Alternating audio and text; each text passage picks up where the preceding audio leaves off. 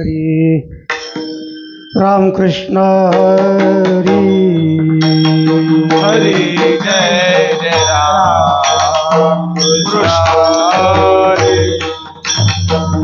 जय जय राम कृष्ण हरी हरे जय जय राम कृष्ण हरे जय जय राम कृष्ण हरे जय जय राम कृष्ण हरे हरि जय जय राम कृष्ण हरि हरि जय जय राम कृष्ण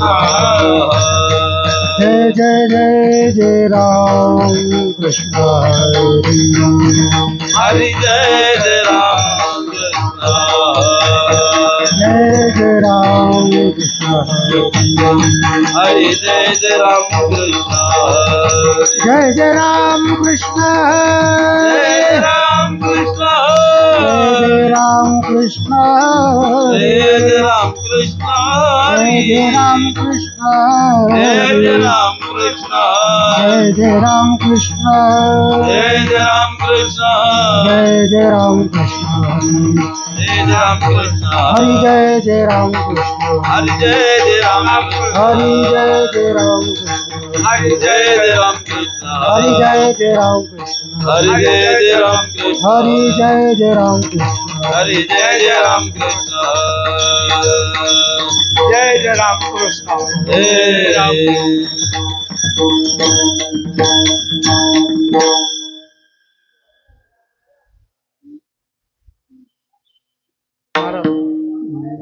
बरोबर आहे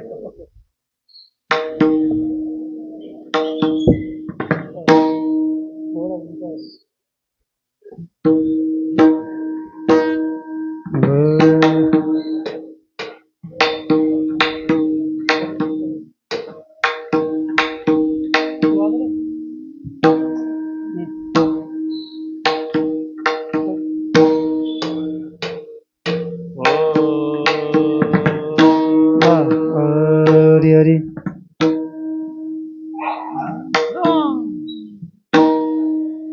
रूप पाता लोचनी रूप पाता लोचनी रूप पाहता लोचनी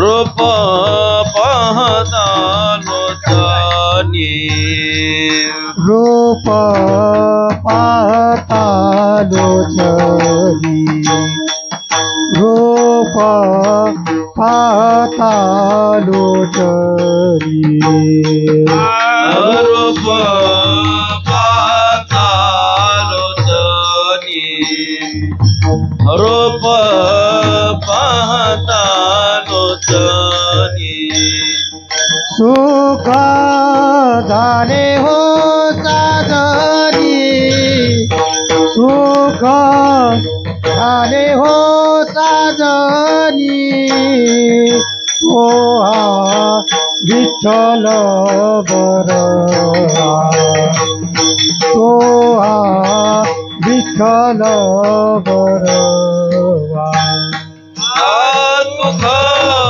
झाले हो तारणी सुख झाले हो तारणी तो हा विठ्ठल परवा तो हा विठ्ठल परवा तो माधव बरवा तो माधव बरवा तो विठ्ठल बरवा तो विठ्ठल बरवा तो माधव बरवा तो माधव बरवा तो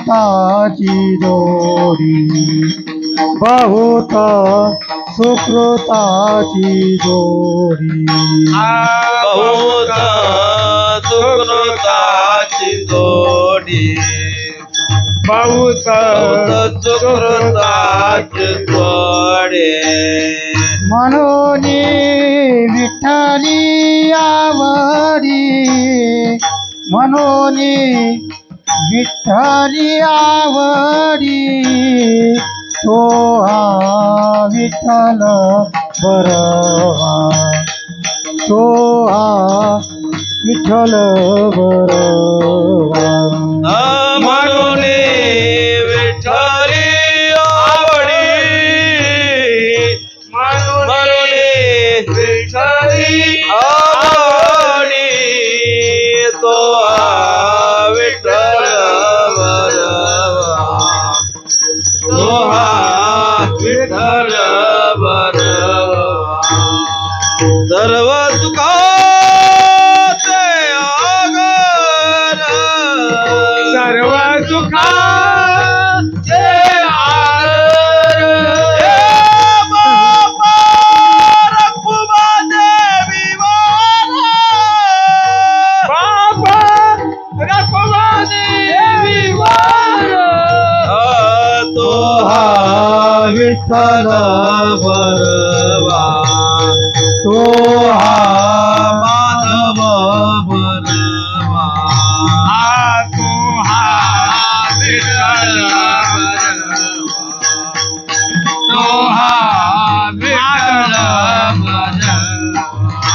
जय जय राम कृष्ण हरी जय राम कृष्ण हरी जय जय राम कृष्ण हरि जय राम कृष्ण हरे जय राम कृष्ण जय राम कृष्ण हरि हरि जय जय राम कृष्ण हरि जय राम कृष्ण हरि जय जय राम कृष्ण हरि जय जय राम राम कृष्ण हरि जय जय राम जय जय राम कृष्ण हरि जय जय राम कृष्ण जय जय राम कृष्ण हरि जय जय राम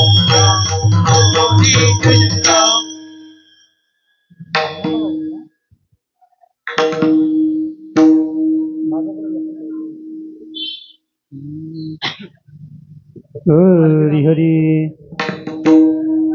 रुक्मांगदा कारणे एकादशीचा छंद रुक्मांगदा कारणे एकादशीचा छंद रुक्मांगदा कारणे एकादशीचा छंद रुक्मांगदा कारणे एकादशीचा छंद तेने परमानंद प्रगटला तेने परमानंद प्रगटला तेने परमानंद प्रगटला अंबऋषी कारणे द्वादशीचा छंद अंबऋषी कारणे द्वादशीचा छंद अंबऋषी कारणे द्वादशीचा छंद अंबऋषी कारणे द्वादशीचा छंद तेने परमानंद प्रगटला तेने परमानंद प्रगटला तेने परमानंद प्रगटला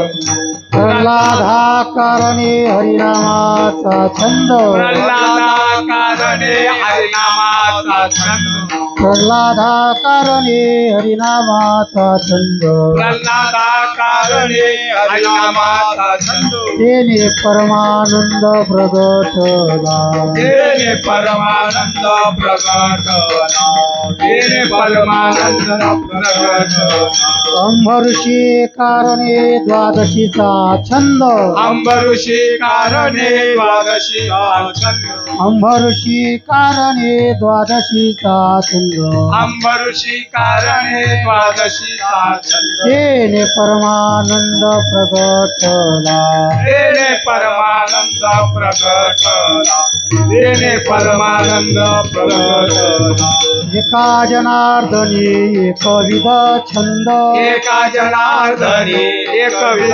छंद एका जनार्दनी एकविध छंद एका जनार्दनी एकविध छंद परमानंद प्रगटला तेने परमानंद प्रगटला तेने परमानंद प्रगटला एका जनार्दनी एकविध छंद एका जनार्दनी एकविध छंद एका जनार्दनी एकविध छंद एका जनार्दनी एकविध छंद तेने परमानंद प्रगटला तेने परमानंद प्रगटला तेने परमानंद प्रगटला अंबऋषी कारणे द्वादशीचा छंद अंबऋषी कारणे द्वादशीचा छंद अंबऋषी कारणे द्वादशीचा छंद अंबऋषी कारणे द्वादशीचा छंद तेने परमानंद प्रगटला तेने परमानंद प्रगटला तेने परमानंद प्रगटला विठोबार कुमारी विठोबार विठोबार कुमारी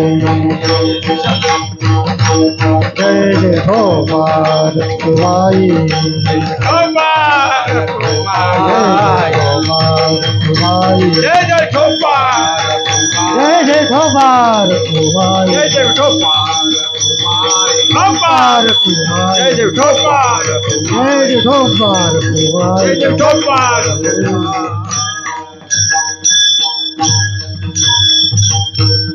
हरिभक्तपरायण विशाल महाराज पाटील कोपरीगाव त्यांना साथ करतील. हरिभक्तपरायण धनंजय महाराज वेटा धनंजयला म्हणून आपण सर्व म्हणू. धनंजय इकडं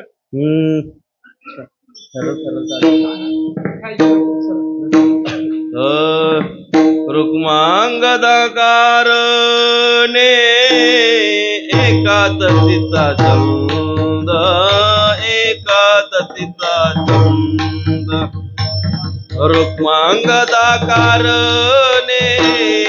एकादशीचा छंद एकादशीचा छंद रुक्मांगदकारणे एकादशीचा छंद एकादशीचा छंद रुक्मांगदकारणे एकादशीचा छंद एकादशीचा छंद रुक्मांगदकारणे एकादशीचा छंद एकादशीचा छंद रुक्मांगदकारणे एकादशीचा छंद एकादशीचा छंद रुक्मांगदकारणे एकादशीचा छंद एकादशीचा छंद रुक्मांगदकारणे एकादशीचा छंद एकादशीचा छंद तेने परमानंद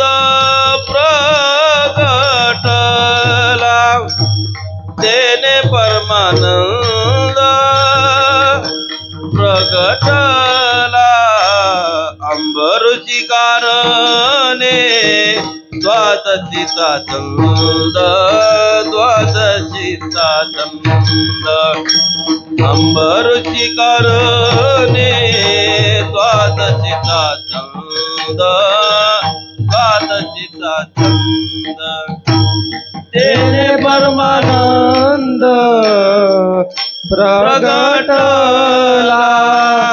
तेने परमानंद प्रगटला अंबऋषी कारणे द्वादशीचा छंद द्वादशीचा छंद अंबऋषी कारणे द्वादशीचा छंद द्वादशीचा छंद तेने परमानंद प्रगटला तेने परमानंद तेने परमानंद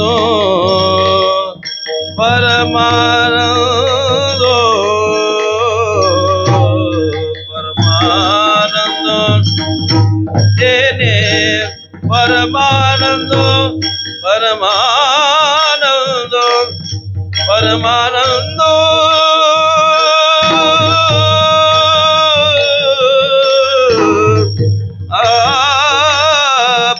परमानंद परमानंद तेने परमानंद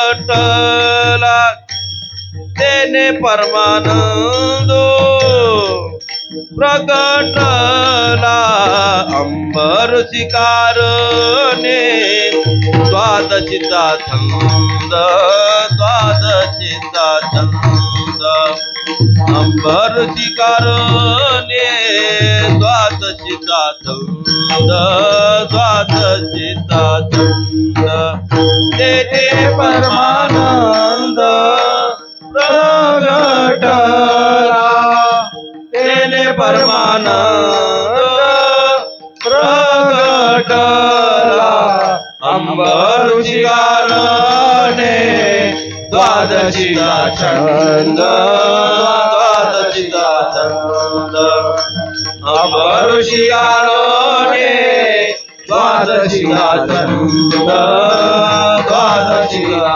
छंद द्वादशीचा छंद द्वादशीचा विठ्ठल विठ्ठल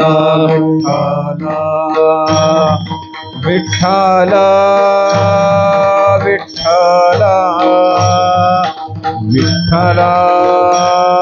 विठ्ठल विठ्ठल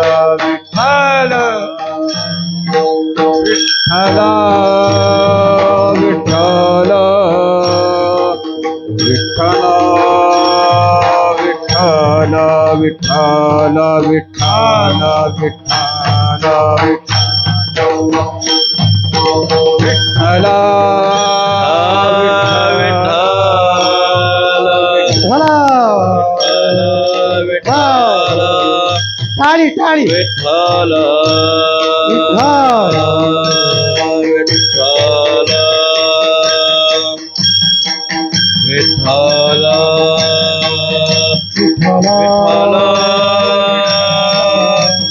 विठ्ठल विठ्ठल विठ्ठल विठ्ठल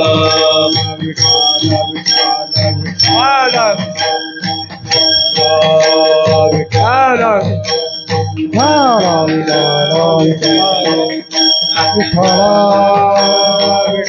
विठ्ठल विठ्ठल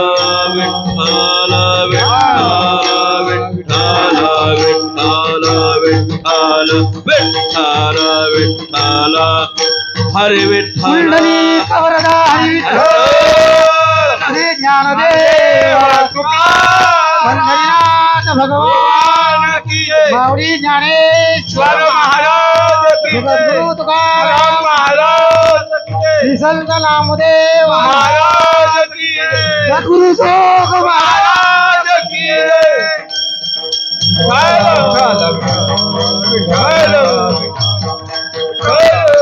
मंडली कवरदारी विठ्ठल श्री ज्ञानेश्वर पंढरीनाथ भगवान गावदेवी माते की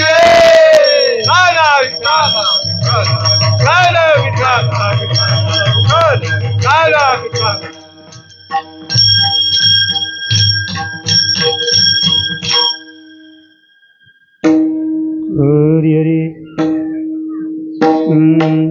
रुक्मांगदाकारणे एकादशीचा छंद रुक्मांगदाकारणे एकादशीचा छंद तेने परमानंद प्रगटला अंबर्षी कारणे द्वादशीचा छंद तेने परमानंद प्रगटला प्रल्हादाकारणे हरिनामाचा छंद प्रल्हादाकारणे हरिनामाचा छंद तेने परमानंद प्रगटला अंबर्षी कारणे द्वादशीचा छंद तेने परमानंद प्रगटला एका जनार्दनी एकविध छंद तेने परमानंद प्रगटला अंबर्षी कारणी द्वादशीचा छंद तेने परमानंद प्रगटला पांडुरंगा करू प्रथम नमन पांडुरंगा करू प्रथम नमन पांडुरंगा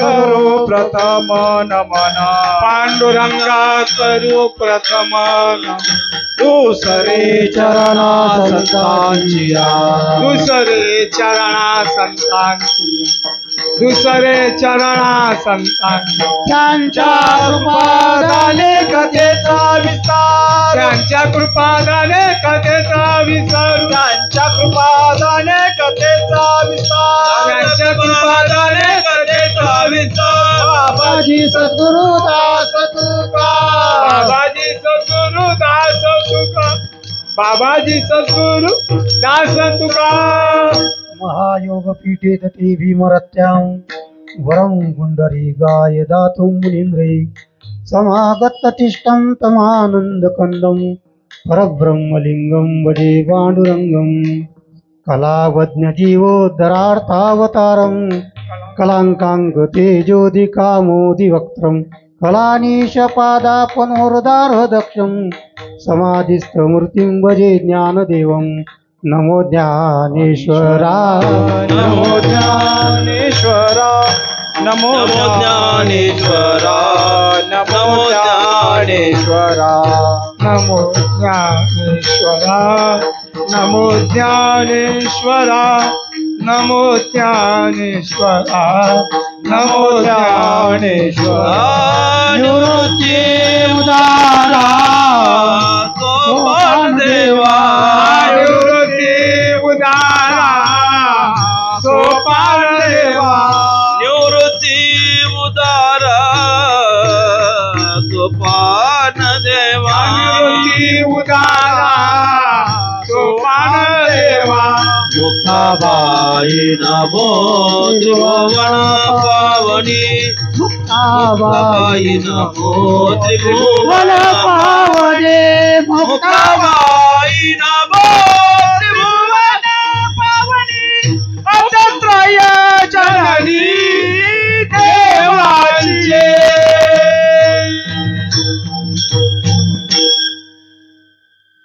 नमो सद्गुरु तुकया ज्ञानदीपा नमो सद्गुरु सच्चिदानंद रूपा नमो सद्गुरु भक्त कल्याण मूर्ती नमो सद्गुरु भास्करा पूर्ण कीर्ती सेवे लागी सेवक झालो तुमच्या लागलो निज चरणा अहो स्वामी तुकया देवा यावरी न करावा उहेरु संपाद ज्ञानं च विदाय भक्तिं विलोकियेन च समाधिराजा वैराग्ययुक्तं सुविचारवन्तं नमामि जोगं शिरसा गृहन्तं मस्तक माझा पायावरी मस्तक माझा पायावरी मस्तक माझा पायावरी मस्तक माझा पायावरी वार करी संतांचा वार करी संतांचा यावर करे संतांचा यावर करे संतांचा यावर करे संतांचा यावर करे संतांचा मस्तक माझा पायावरी यावर करी संतांचा यावर करी संतांचा मस्तक माझा पायावरी यावर करी संतांचा यावर करी संतांचा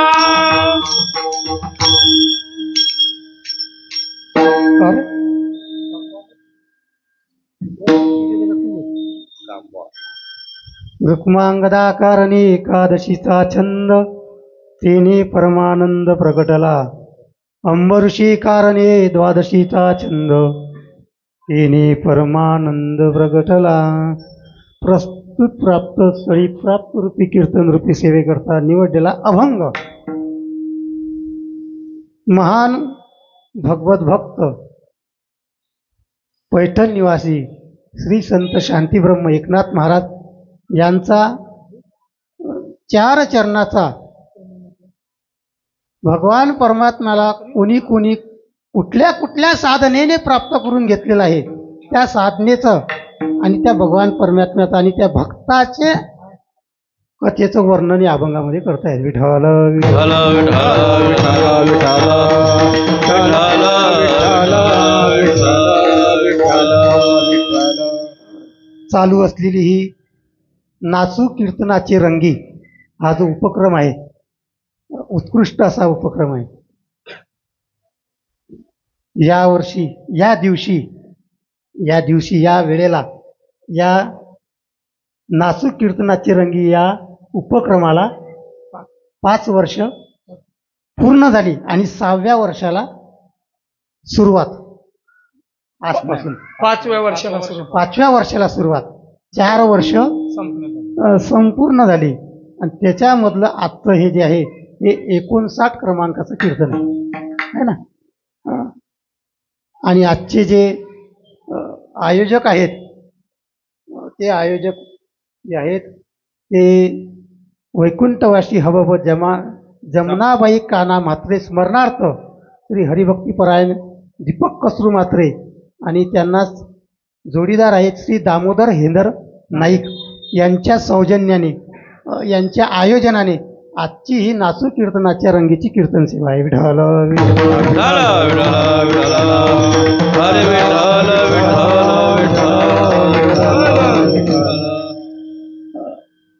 उपक्रम उत्कृष्ट सुरू आहे. अनेक वर्षापासून सुरू आहे. इच्छा पण होती आपण पण सेवा करा. पण प्रसंग असा आहे माझी कथा करा ऐसे जो म्हणे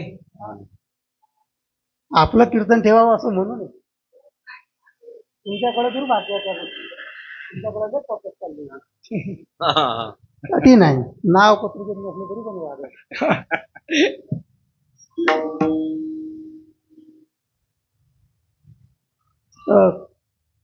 गाथा ज्या कीर्तनकाराचा ठिकाण्यावर असेल माथा त्यानं वाचावा गाथा. ज्याचा ठिकाण्यावर आहे माथा तो वाचतो गाथा मग तो पुन्हा कीर्तनाला मारत नाही लाथा. बरेच जण गाथा वाचतात बरं का फक्त वाचतात हे एक दुर्भाग्य आहे. विठ्ठल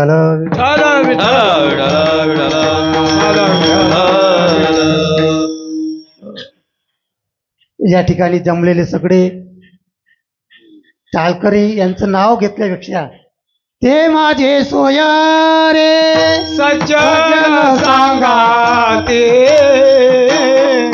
पाय आठवी विठोबाचे विठोबाचे पाय आठवीते विठोबाचे ते माझे सोयरे सज्जन सांगाते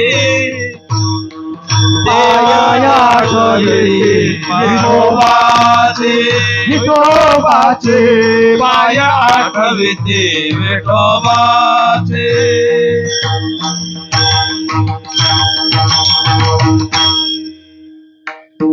हे जे प्रमाण आहे हे नाचू कीर्तनाचे रंगीच्या टाळकऱ्यांना शोभून दिसत. पाय आठविती विठोबाचे जे भगवान परमात्म्याला आठवतात ते नाचू कीर्तनाच्या रंगीला हजर होतात. त्यांच्या स्मरण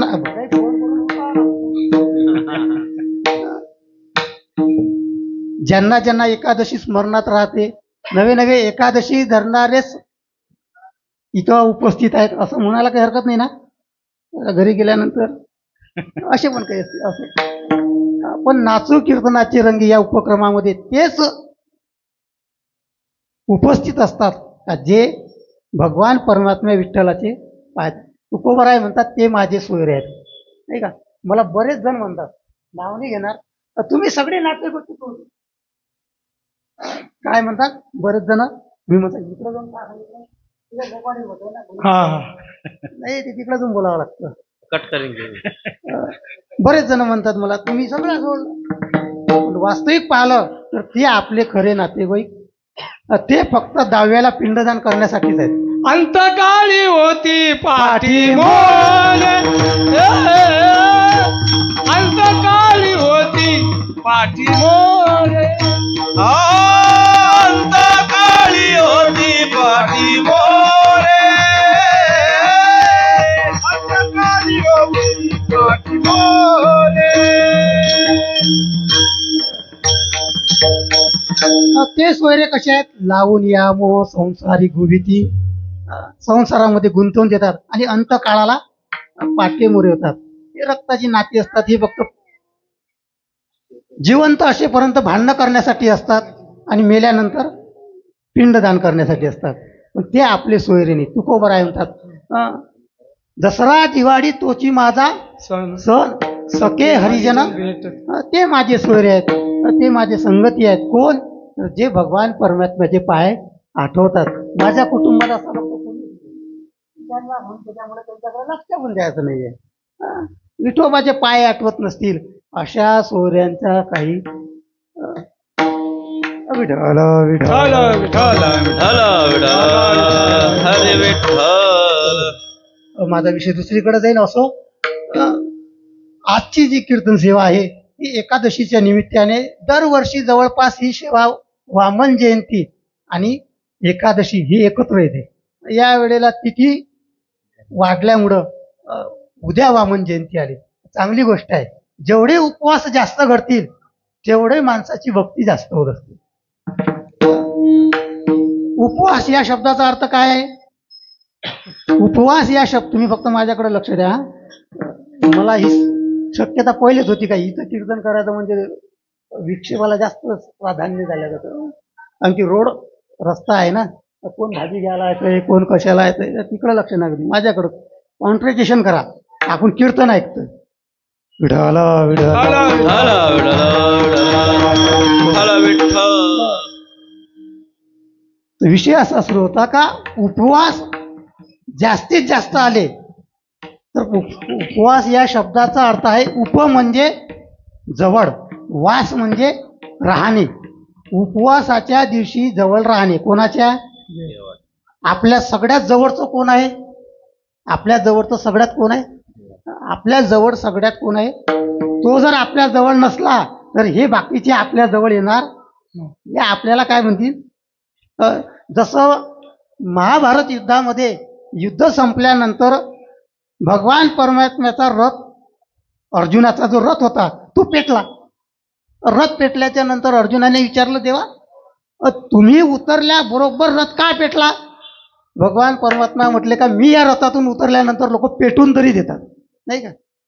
भगवान परमात्मा या रथामधून उतरल्यानंतर आपल्याला पेटून देतात. आता तर नवीन पद्धत निघाली. किती वेळ लागणार आहे? कितीचा टाइम दिलाय? आता संध्याकाळी मेलाय, उद्या 12 पेटी आणा, पेटी आणायला लावतात. म्हणजे याच्यामधून भगवान परमात्मा निघून गेल्यानंतर आपल्याला कोणीही घरामध्ये ठेवायला तयार कोणी तयार नाही. सगळेजण म्हणतात काळा याला, जो या शरीराला माझं माझं म्हणतो त्याला देखील सुद्धा शेवटी माझं म्हणता येत. बरं, वास्तविक पाहिलं तर आपली गंमत अशी आहे का हे शरीर आपलं नाहीच आहे. या शरीरावर आपली सत्ता आहे का? या शरीरावर जर आपली सत्ता असती तर कोणाला असं वाटते का माझे केस काळे पांढरे व्हावे, केस पांढरे व्हावे असं वाटतं का कोणाला? पण आपली सत्ता चालत नाही. शेवटी डाय करून काळे करावेच लागतात. माझ्या पुरीचा सुद्धा मला एक केस पांढरा दिसला. आता ते कॅल्शियमचा परिणाम म्हणा वगैरे वगैरे. पदूबाईचे केस काळेच होते शेवटपर्यंत काळे होते. जुन्या लोकांचं खाणं होतं. आता वडापाव, मी तर मुंबईला आलो, वडापाव आमच्याकडे मिळत नाही ना. कोणाला तरी असं वाटतं का की आपले दात पडावे? आपले आहेत ना, आपले आहेत. नाही नाही ते टूथब्रश वापरतो आपण, पण त्याच्यावर देखील सुद्धा आपली सत्ता राहत नाही राहत सत्ता. मग वाटल्यास आपण नकली बसवतो. परंतु आपली सत्ता म्हणजे या शरीराला जरी आपण आपलं आपलं म्हटलं तरी एक वेळ काय याच्यामधून तो निघून गेला का मग राम बोलो भाई राम, लवकर याला पेटवायची तयारी करा. उपवास शब्दाचा अर्थ आहे उप म्हणजे जवळ, वास म्हणजे राहणे. उपवासाच्या दिवशी भगवान परमात्म्याचं नित्य चिंतन करत राहणे याला म्हणतात उपवास. विठ्ठल विठ्ठल मी तुमच्या सगळ्यांकडे बघून कीर्तन करतो. या तुमची नजर दुसरीकडे गेली की माझी नजर दुसरीकडे जाते, एवढं भान ठेवा फक्त. आता उपवास शब्दाचा अर्थ तुमच्या लक्षात आला. नुसतं भगर आमटी दणकवून खाणे याला उपवास नाही म्हणत. उप म्हणजे जवळ, वास म्हणजे राहणे, भगवान परमात्म्याच्या जवळ त्या दिवशी राहणे, सतत आठवण राहणे का आज आपल्याला काय आहे उपवास आहे, भगवंताचं आपण स्मरण केलं पाहिजे. त्या अनुषंगाने आपल्याला यावेळेला 2 उपवास आले नाही का. एकादशी सारखेच दोन्ही उपवास आपल्याला करायचे आहेत. त्याच्यामुळं दोन्ही उपवासाच्या दिवशी आपण भगवान परमात्म्याचं चिंतन केलं पाहिजे, याला म्हणतात उपवास. आता हा अभंग जो निवडलाय ना, हा अभंग निवडण्याचं कारण पण तसंच आहे. एका विशिष्ट व्यक्तीकरता मी हा अभंग निवडलाय. ती व्यक्ती कीर्तनामध्ये उपस्थित आहे. माझी वैयक्तिक त्या व्यक्तीविषयीची भावना अशी आहे का त्याने वारकऱ्याकडे पाहून कीर्तन आपलं जीवन जगावं. ते जगतात की सुद्धा, त्याच्यामध्ये संभ्रम नाही, ते जगतात सुद्धा. परंतु काही नियम असे तुमच्याकडं जुने आलेले आहेत. पीछे से आई ना आगे ढकल दी. आमच्या पण गावात आहे तशी पद्धत, पीछे से आगे ढकल दी. त्याच्यामध्ये कोणी बदल करू शकत नाही. परंतु वैयक्तिक जीवनामध्ये आपण बदल करू शकतो. आणि तसे तुमच्याकडे माणसं आहेत का ज्यांच्याकडे पाहून तुम्ही ते जीवन. आता तुमच्या लक्षात आलं तर बघा, नंतर मी ते ओघाने बोलेन. रेडीमेड कापडाचं दुकान आहे, रेडीमेड कपड्याचं दुकान आहे. ज्याच्या अंगामध्ये सदरा बसला त्याने घालून घेता विठाला.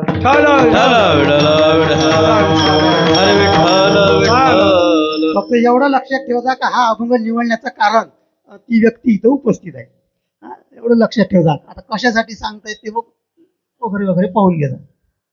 हे मला पण विचारत होते अभंग कोणता घेणार आहे आपण. आता कसं आहे, वैयक्तिक वेळेमध्ये बोलत असताना आणि कीर्तनामध्ये बोलत असताना थोडं प्रमाण देऊन बोलल्या जातं. बरेचसे विषय असे आहेत पण ते आपण लोकांना टोकू शकत नाही, कारण की कधी कधी आपण देखील सुद्धा त्या गुन्ह्यामध्ये सापडतो आपण त्या गुन्ह्यामध्ये कधी. पण सतत सातत्य त्या चुकीचं असू नये, त्या दोषाचं सातत्य असू नये. कारण की एकादशी व्रताचा महिमा असा सांगितला जातो, ऐका पुण्य पावन व्रताचे महिमान आचरता जन दोष जाती. एकादशीचं असं पावन पुण्य पर्व आहे काय, हे आचरण केल्यानंतर, या व्रताचं आचरण केल्यानंतर माणसाच्या जीवनामधले दोष जातात. पण तेच दोष जर दुसऱ्या दिवशी एकादशीच्या घडत असतील तर या व्रताचं पुण्य आपल्या पदरात पडणार नाही. म्हणून व्रत करत असताना त्या व्रताचं आचरण तंतोतंतपणे पार पडलं पाहिजे नाही का, ज्याला शक्य होईल तसं. या व्रताची सुरुवात कधी आहे, दशमी व्रताचा आरंभ. दशमीला हे व्रत सुरू होतं, एकादशीला ज्याला जसं जमल तसं तो व्रत करतो आणि द्वादशीला या व्रताची सांगता केली जाते. आता द्वादशीला कशी सांगता केली जाते हे आपण दुसऱ्या चरणामध्ये पाहू. रुक्मांगद राजाने हे व्रत केलं. आता रुक्मांगद राजाने हे व्रत का केलं, एकादशीचं व्रत का केलं, असा काय प्रसंग घडला का त्याच्यावरती ह्या एकादशी त्याला करावी लागली. काय झालं, रुक्मांगद राजा हा रामप्रभूच्या वंशामधला आहे. कांतीपुरी माझी राजा रुक्मांगद एक निष्ठ शुद्ध पुण्यगाती. कांतीपुरी त्याला काय म्हणतात, अयोध्येला कांतीपुरी. रुक्मांगद राजा राज्य एकनिष्ठ शुद्ध, त्याच्या पदरामध्ये एकनिष्ठता होती, शुद्ध पुण्य होतं. पुण्यामध्ये याचा अर्थ ज्या अर्थी शुद्ध पुण्य वापरलं त्या अर्थी अशुद्ध पुण्य देखील सुद्धा आहे. त्याचं चिंतन आपल्याला आता करायचं नाही. काय झालं, स्वर्गामध्ये इंद्राला पूजेकरता फुलं पाहिजे होती, पुष्प फुलं पाहिजे होती. आणि फुले पाहिजेत असताना रुक्मांगद राजाच्या बागेमध्ये एवढी सुंदर सुंदर झाडं फुलं होती आणि ती इंद्राला कळाली. त्यावेळेला इंद्राने काय केलं, आपल्या सेवकांना विमान सांगितलं, जाणून या इंद्र, पाठवी विमान आणवी सुमने कांतीयेची. त्याने सांगितलं, विमान पाठवलं आणि कांतीयेची म्हणजे रुक्मांगद राजाच्या नगरामधली पुष्प तुम्ही विमानं घेऊन काय घेऊन या, पुष्प घेऊन या. आणि फुलं आणण्यासाठी ते रोज विमान तिथं यायचं रुक्मांगद राजाच्या नगरीमध्ये. एक दिवस असं आला का राजाच्या लक्षात आलं का आपल्याला पूजेसाठी फुलं कमी पडत आहेत, आपल्याला फुलं का कमी पडत आहे. म्हणून त्याने काय केलं, सेवकांना सांगितलं, रक्षपालांना, तुम्ही थोडं लक्ष ठेवा. ते म्हटले, आपल्या बागेमधली फुलं चोरून नेतात हे आम्हाला माहित आहे, पण ते हातामध्ये सापडत नाही. एक काम करा, रात्री जागरणा बैसरले रक्षक, रात्री जागरणासाठी रक्षक बसले द्वारपाल, लाविला वृत्तार्ग अग्नी काष्टी. आता थंडीचे दिवस होते, थंडीचे दिवस असल्यामुळे त्यांनी काय केलं, त्या बगीच्यामधली जी वाढलेली सोकलेली जी काळ्या कचरा असेल तो काळ्या कचरा जमा केला आणि त्याचा ताप शेकोटी केली. नेमकी ती जी काष्ट लावली ज्याचा अग्नी प्रज्वलित झाला ती लाकडं होती वांग्याच्या झाडाची. काय गंमत आहे, साधू संतांना देखील सुद्धा संस्कृत येतं बरं का. वृतार्क हा शब्द संस्कृतमध्ये आहे. लाविला वृतार्क अग्निकाष्टी, त्या वृतार्क म्हणजे वांग्याच्या झाडाची त्यांनी काय केली, तिथं शेकोटी केली. शेकोटी केल्याचा परिणाम असा झाला का सकाळी सकाळी विमान आलं स्वर्गामधून. विमान आल्यानंतर त्यांनी फुलं वगैरे तोडली. फुलं तोडल्याच्या नंतर ते विमान स्टार्टच होईना, सुरूच होईने. आता सुरू होईने म्हटल्यानंतर रक्षपाल जागृत होते, त्यांनी लगेच धाव घेतली आणि त्यांनी सगळ्या इंद्राच्या त्या सैनिकांना देवदूतांना पकडलं. पकडल्यानंतर राजाला दौंडी पाठवली, राजे साहेब सापडले. राजाने विचारलं, तुम्ही कसं काय पकडलं रे. पकडले नाही म्हणे, सापडले. पकडले आणि सापडल्यामध्ये फरक आहे. पकडलं म्हणजे चोर पकडला जातो, हे सापडले का, कारण की यांना पडून जाता आलं नाही. राजा तिथं आला आणि राजाने विचारलं, तुम्ही इथं कसे काय, तुम्ही रोज बागेमधून फुलं चोरून नेता परंतु रोज आम्हाला सापडत नाही, मग तुम्ही आज कसे काय सापडले. राहावया तुम्हा कोणते कारण, तुम्हाला इथं राहण्याचं कारण काय, तुम्ही कसे काय सापडले. त्यावेळेला ते सैनिक ते इंद्राचे दूत सांगू लागले, लागल असे धूम्रजान वृत्तार्काचा. काय सांगितलं, आमच्या विमानाला धूम्र म्हणजे धूर लागला. कशाचा धूर लागला, वृत्तार्काचा. म्हणजे वांग्याची जी झाडं पेटवली इथं कोणीतरी, त्या वांग्याच्या झाडांचा आमच्या विमानाला धूर लागला, त्याच्यामुळं आम्हाला जाता आलं नाही. आता विचार करा का वांग्याच्या झाडाचा जर धूर लागला तर स्वर्गातलं विमान उडत नाही, वांगे खाणाऱ्याचं काय. मोठी गंमत आहे. राजेंद्रदासजी महाराजांनी एक संस्कृतमध्ये श्लोक म्हटला, यो भक्षेती वृतार्कम. यो भक्षेती हा संस्कृतमध्ये आहे. आता लक्षात घ्या, वृतार्कम हा संस्कृतमध्ये शब्द आहे आणि संतांनी देखील सुद्धा, म्हणजे संत हे संस्कृत ज्ञात होते बरं का. आपण नाथ महाराज बरोबर पंडितच होते, प्रश्नच नाही. यो भक्षेती वृतार्कम तस्य दूर तरोहरी. काय म्हटलं या श्लोकामध्ये, यो भक्षेती वृताकम, जो वांगे खातो त्याच्यापासून हरी दूर जातो. तस्य दूर तरो हरी. आता ज्याचा त्याने विचार करा, वांग खाल्ल्यानंतर वांग्याचा दुष्परिणाम असा आहे का वांग माणसाच्या पोटामध्ये 27 दिवस राहतं. किती दिवस, त्याचं जे बीज म्हणा काय असन ते आता डॉक्टरला विचारा राहतं की नाही, पण शास्त्रामध्ये असं वर्णन आहे का ते बीज 27 दिवस माणसाच्या पोटामध्ये राहतं आणि 27 दिवसामध्ये जर आपल्याला मरण आलं तर त्याची अधोगती होते. विठ्ठल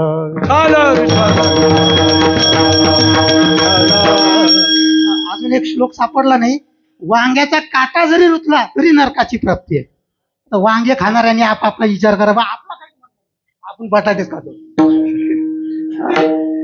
म्हणजे इंद्राचे सेवक राजाला सांगतात, रुक्मांगद राजाला, का लागला असे धूम्र जाणं वृत्तार्काचा. मग आता त्या राजाने विचारलं का ठीक आहे, वांग्याच्या धुरामुळे तुम्हाला इथं राहावं लागलं, पण हे विमान सुरू कसं होईल? हे विमान सुरू आता ते विमान का इथं का पृथ्वी तलावर तयार झालं का? याला गॅरेजला आणि केला सुरू नाही ना, हे स्वर्गात तयार झालेलं विमान आहे. मग हे विमान सुरू कशाने होईल? त्यावेळेला ते इंद्राचे दूत सांगू लागले का हे विमान जर सुरू करायचं असेल तर याच्यासाठी एकच उपाय, पतिव्रता होय एकादशी. ज्या पतिव्रतेने एकादशीचं व्रत केलेलं असेल तिच्या हाताने हे विमान हात लागल्याबरोबर उडून जाईल आकाशामध्ये. काय पतिव्रता होय एकादशी. राजा म्हटला, आता सत्ययुग होतं ना, सत्ययुग असल्यामुळे राजा म्हटला पतिव्रता भेटतील, पण एकादशी काय भानगड आहे आम्हाला काही माहित नाही. एकादशी कशाला म्हणतात आम्हाला माहित नाही, नेमकं आम्हाला सांगा का एकादशी काय आहे. त्यांनी सांगितलं रात्री जागरण करावा आणि त्या दिवशी निराहार पाणीही न पिता, ज्या पतिव्रते स्त्रीने पाणीही न पिता एकादशीचं व्रत केलं असेल आणि रात्री जागर केला असेल, झोपली नसेल, अशा स्त्रीच्या हातानं विमान, त्याला एकादशी म्हणतात. कशाला एकादशी म्हणतात आता लक्षात आलं काय? आता ते पोटासाठी करावं लागतं. एकादशीच्या दिवशी पाणीही पिली नसेल, रात्री जागर घडला असेल आणि ती पतिव्रता असेल, अशी स्त्री जर असेल तर तिच्या हाताने विमान आकाशात वर जाईल. आता राजा म्हटला पतिव्रता स्त्रिया भेटतील, सत्ययुग आहे, पण एकादशी आता आवश्यक कुठं बोला. मग दौंडी दिली गावामध्ये. गावामध्ये पहिले राजाचा जो परिवार होता त्या राज परिवारामध्ये दौंडी दिली का कोणी असं व्रत केलंय का बा सकाळपासून उपाशी आहे, पाणी पिला नाही, रात्रभर जागरण झालेलं आहे, असं कोणी काल केलंय का? त्या अगोदरल्या दिवशी एकादशी होती नेमकी. राज परिवारामध्ये कोणीच सापडलं नाही. मग खालच्या आडीला खालच्या आडीला कुठं तरी दौंडी देऊन बघा, कोणी नाही का केलं असेल, झुकून बुकून लपून झाकून कोणी व्रत करतं नाही का, झाकून सुद्धा करतं, कोणाला माहीत न करता. कोणी असेल दौंडी द्या. खालच्या आडीला दौंडी दिली, खालच्या आडीला पण कोणीच सापडलं नाही. आता ही चर्चा सगळीकडे सुरू होती. कशाची? का अशा आता ते म्हणजे एक सोंगच झालं ना हो. विमान, स्वर्गातलं विमान पाहण्यासाठी सर्गे झाले, सोंगाचंच झालं एक. सगळी माणसं तिथं जमा झाली. मग ते सगळ्यांना चर्चा माहीत झाली का हे विमान उडणार आहे, पतिव्रता पाहिजे, रात्री जागर केलेला असला पाहिजे, दिवसभर तिने काहीच खाल्लेलं नसलं पाहिजे. ही चर्चा तिथं असणाऱ्या एका म्हाताऱ्याने ऐकली. त्या म्हाताऱ्याने ऐकली, तो राजाकडे आला. राजेसाहेब, हे एकादशीचं व्रत केलंय, मग तू केलं का? नाही, मी नाही केलं म्हणे. मग कोणी केलं? म्हणे माझ्या सुनीनं केलं. राजा म्हटलं तुझ्या सुनीला कसं काय माहित रे एकादशीचं व्रत करायचं? तसं नाही झालं म्हणे. एकादशीचं तिने व्रत नाही केलं, पण तिच्याकडून ते घडलं. एकादशीचं व्रत तिला माहीत नव्हतं, पण तिच्याकडून ते व्रत घडलं. म्हणजे कसं काय घडलं?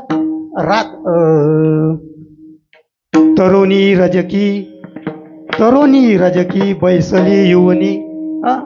तरुणी आहे आणि कोणाची पत्नी आहे? रजकाची, म्हणजे दोघांची पत्नी. तरुणी रजकी नूतन युवनी बैसली रुसोनी एकांतासी. म्हातारा आला म्हणे माझ्या सुनीने हे व्रत केलं. कसं काय केलं तुझ्या सुनीने हे व्रत? तर तिच्याकडून हे घडलं. म्हणजे झालं काय? त्याचं वर्णन नाथ महाराज करतात. तरुण म्हणजे रजकी, नूतन युवनी म्हणजे नवीनच लग्न झालेली होती. नवीन लग्न झाल्यामुळे त्यांचं दोघा नवरा बायकांचं भांडण झालं, त्याने चांगली निभार हाणली. आता नवीन माणसं काही ऐकत नसतात. तिलाही धाक असतं कसं काय सोडून जा. म्हणून जुन्या काळामध्ये पद्धत अशी होती का नवरा बायकोंचं भांडण, जुन्या काळातलं सांगतोय बरं मी, जुन्या काळात पद्धत अशी होती का नवरा बायकोंचं भांडण झालं का ते रुसून बसायचे, खायचं जेवणावर ताव काढायचा. आपण तर दणकावून जेवतो, सपाटा जेवला, तुम्हाला काहीच वाटत नाही, मी जेवली नाही, मग तुला कोणी सांगितलं? जेवणावर राग काढायचे, बोलायचं नाही नवऱ्यासोबत, एकांतात बसायचं पूर्वीची, कारण की सासू सासऱ्याचं भांडण. आता तसं नाही जमत, जेवशील तर जेवण आहे, आता वेगळी पद्धत आहे भांडणाची, जुनी पद्धत. तो म्हातारा सांगू लागला का तिला तिच्या नवऱ्याने मारल्यामुळं ती रात्रभरापासून जेवली, काल दिवसभर जेवली नाही, आणि रात्रभर ती काय करत होती, जागरण करत होती, झोपली नाही. पण प्रश्न एक आहे म्हणे का तिने भगवंताचं स्मरण केलं का नाही हे काही माहित नाही का, तिने भगवंताचं स्मरण केलं का नाही हे माहित नाही, पण तिने उपवास आणि रात्री जागरण केला. राजा म्हटला बुडत्याला काडीचा आधार नाही का, बुडत्या माणसाला काडीचा आधार, घेऊन तर या, जमलं तर जमलं. तिला आणण्यासाठी म्हातारा घरी गेला. म्हातारा घरी गेला, तो पोरगा नदीवर होता कपडे धुण्यासाठी, रजक कपडे धुण्यासाठी तिकडं होता नदीवरती. त्याला बोलावून आणलं, सांगितलं 5 गाव बक्षीस देणार आहे राजा, का ज्याच्या पत्नीच्या हाताने विमान स्वर्गात जाईल. तो म्हटलं आपल्याला काय फायदा याचा, अरे तुझी बायको जेवली नाही ना रातपासून, रात्रंदिवस ती झोपली नाही, काही नाही, तुझं तिचं भांडण झालं, दुसऱ्याला ना तुम्ही काहून नाही गेले, तू निमार कुठली ती दुसऱ्याच्या म्हटल्याने येईन, तुलाच यावं लागल, ज्याचं इंजेक्शन त्यालाच देता येतं. तुझं आणलं नवऱ्याला त्याने, त्याच्या पोराला सोबत, तिला सांगितलं चल माझ्यासोबत. दोन्ही पिटले, तुझ्या हाताने विमान वर जाणार आहे. ते म्हटली मी येणार नाही, येणार नाही. दांडकच घेतला हातात, लगेच उठली. तिला माहित होतं का निमार कुठं डबल आलं, लगेच उठली. चाल म्हणे. शाशंकित राजा लावी म्हणे हात. राजाने सांगितलं हे लाव हात. म्हणे मी नाही लावणार, 5 गावातलं मला काय भेटणार, म्हणजे तुझी उद्या मिरवणूक काढतो गावातून, विमान जर उडून गेलं तर. राजाचा धाक होता. शाशंकित राजा लावी म्हणे हात, क्षणात विमान उचलिले. तिने जसा हात लावला तसं विमान उचललं, आकाशात उडून गेलं. दुसऱ्या दिवशी यांची गावामधून नगर प्रदक्षिणा, दोघांना मस्त की गाडीमध्ये रथामध्ये बसवलंय, हार पुष्प वाद्य वाजतायत. आपलं धन्य ती भाग्या रजकाची. नाथ महाराज म्हणतात का ती भाग्यवान ठरली, एका धोब्याची सून, का तिच्या हाताने विमान. रुक्मांगद राजाला अभिमान वाटला का माझ्या नगरामध्ये अशी माणसं आहेत का ते बंद पडलेलं विमान उडवू शकतात. म्हणून त्यांची नगर प्रदक्षिणा काढली. आणि हा तिला म्हणू लागला बघ रात्री हाणली नसती तर तुझी अशी प्रदक्षिणा निघाली असती का. नवऱ्याच्या हातचा मार सुद्धा कधी कधी कामात पडतो. ती म्हणे बरं झालं, आणि मी पत्नी पतिव्रता आहे तुमची, म्हणून तुम्हाला हा मान मिळाला. माझी कथा इथं संपली सांगायची. म्हणजे एका पतिव्रतेने जर एकादशीचं व्रत न कळत केलं, कळून जर केलं तर काय पुण्य असेल विचार करा. न कळता केलं तर स्वर्गामधलं विमान देखील सुद्धा आकाशामध्ये उडून गेलं. आणि त्या दिवसापासून रुक्मांगद राजाने गावामध्ये दौंडी पिटवली का येणाऱ्या एकादशीपासून सर्वांनी एकादशी करायची. आहे की नाही, सांगे सकडांशी एकादशी करा. आता प्रमाण चालीत म्हणत नाही ना, 11:15 वाजले, 12:15 संपवायचं आहे म्हणतात, चाली म्हणत नाही. 10 मिनिटं पुढं आहे का असं 12:15 आटपू द्या, टाइम आहे याच्याप्रमाणे का, याच्याप्रमाणे 12:30 चालेल. याच्याप्रमाणे 12:30. हा. राजाने दौंडी पिटवली. सांगे सकळांशी एकादशी करा, हरिदिनी जागरा निजू नका. एकादशीच्या म्हणजे आता तुमच्याकडं पद्धत नाही, आमच्याकडं पद्धत आहे. आमच्या गावामध्ये पद्धत आहे. कोणत्या? जुन्या गावामध्ये आमच्या, जिथं माझा जन्म झाला का, तिथं एकादशीच्या अगोदरल्या दिवशी दिंडी काढतात गावामध्ये. म्हणजे उद्या एकादशी आहे हो, याच्यासाठी ती दशमीची प्रदक्षिणा असते. दशमीची प्रदक्षिणा. आता राहतो त्या गावात काहीच नसतं, तिथे एकादशी करतं की नाही काय माहित नाही. तसं त्या रुक्मांगद राजाच्या कांती नगरीमध्ये 8 दिवसा अगोदर पासूनच दौंडी पिटवायचे.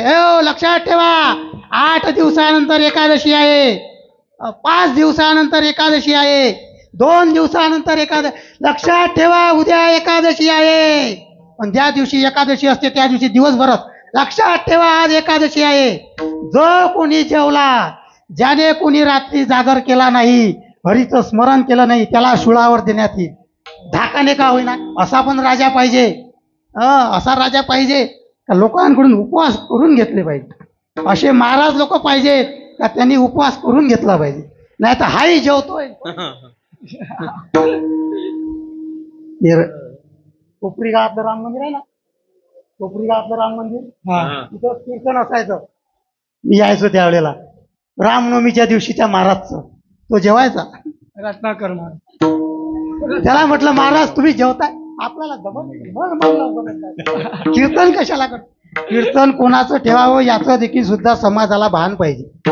समाज का सुधरत नाही, जिव्हा दगदा परानीनं. दुसऱ्याचं अन्न खाऊन खाऊन महाराज लोकांच्या वाणीमध्ये तप राहिलं नाही, म्हणून समाज सुधरत. काय सांगू महाराज, यांना काही जण उपदेश करतात, यांच्या पान उतारा करतात, तो पान उतारा करणारा कठीण परिस्थिती आहे. कोणाचा कोणाला आपण काय द्या, माझा विषय दुसरीकडे झाली.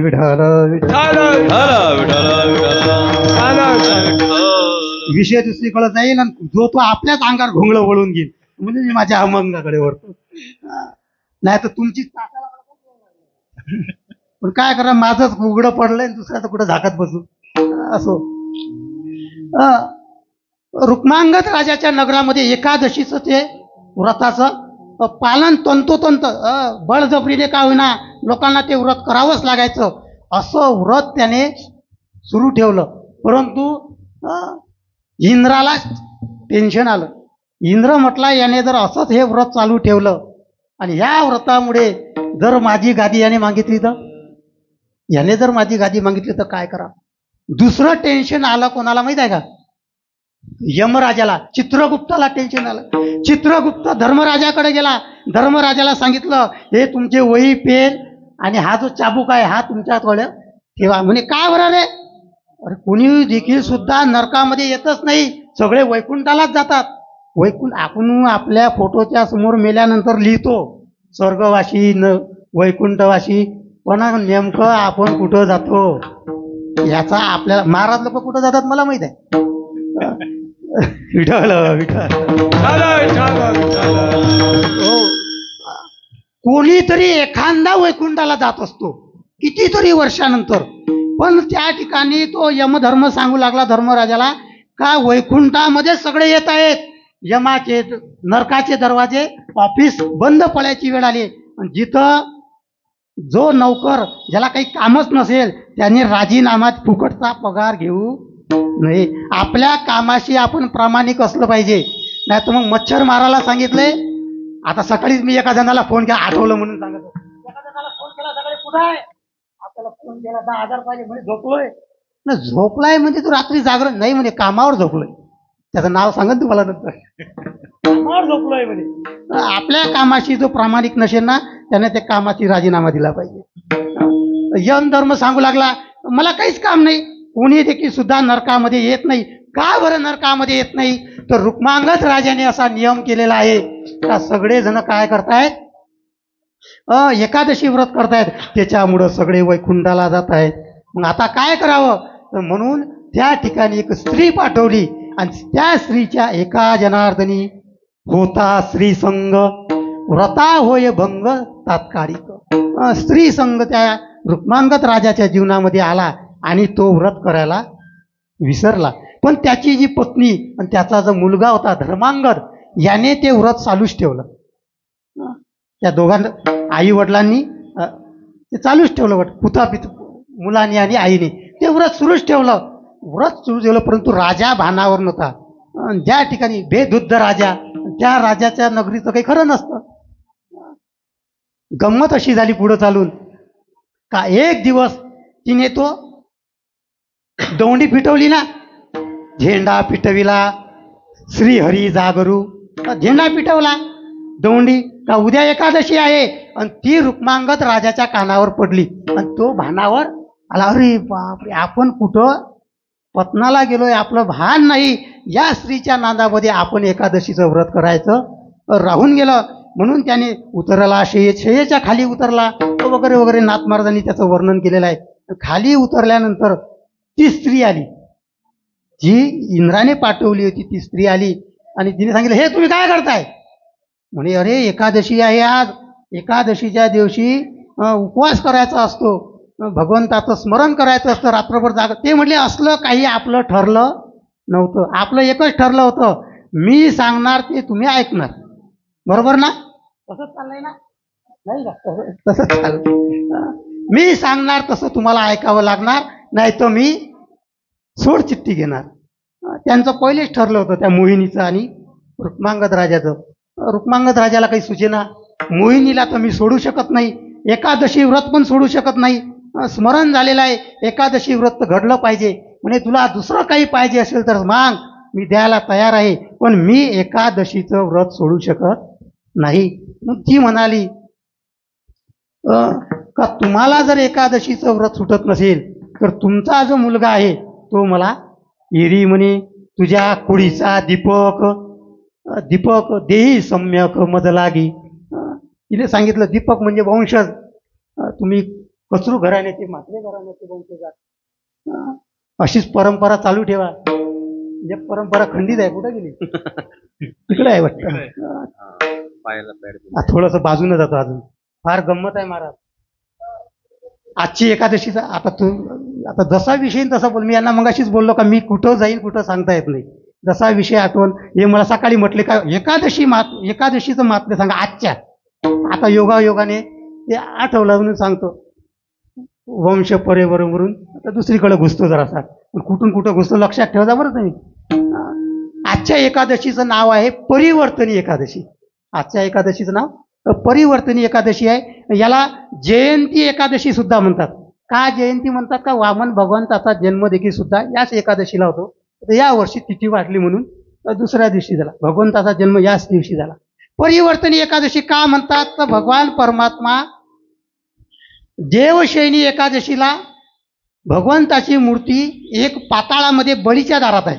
भगवान परमात्माचा जन्म झाला ना, वामन भगवंताचा उद्या जन्म आहे ना. उद्या पण एकादशी करायची बरं का, जेवायचं नाही, द्वादशी सोडायची नाही. द्वादशी सोडायची नाही. थांबा, पुढे येणार आहोत तिथं तुम्हाला, म्हणून तुम्ही लवकर चाललोय.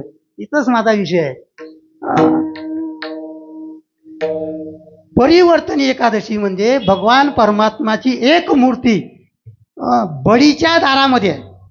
बळीच्या दारामध्ये भगवान परमात्म्याची एक मूर्ती पाताळामध्ये आहे. त्याच दिवशी तशीच मूर्ती सेम शय्येवर झोपलेली वैकुंठामध्ये आहे.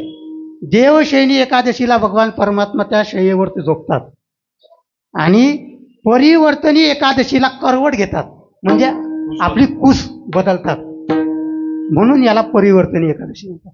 दुसरा या परिवर्तन शब्दाचा अर्थ असा आहे का आपल्या जीवनामध्ये परिवर्तन व्हावं, बदल व्हावा. सोपा शब्द म्हणजे बदल व्हावा. आपल्या जीवनामध्ये काहीतरी बदल झाला पाहिजे.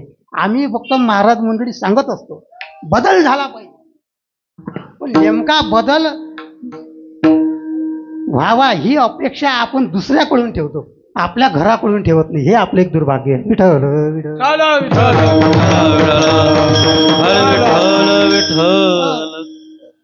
समाज त्यावेळेला सुधरेल ज्या वेळेला गाव सुधरेल, गाव त्यावेळेला सुधरेल ज्या वेळेला तुमचं घर सुधरेल, घर त्यावेळेला सुधरेल ज्या वेळेला तुम्ही सुधराल.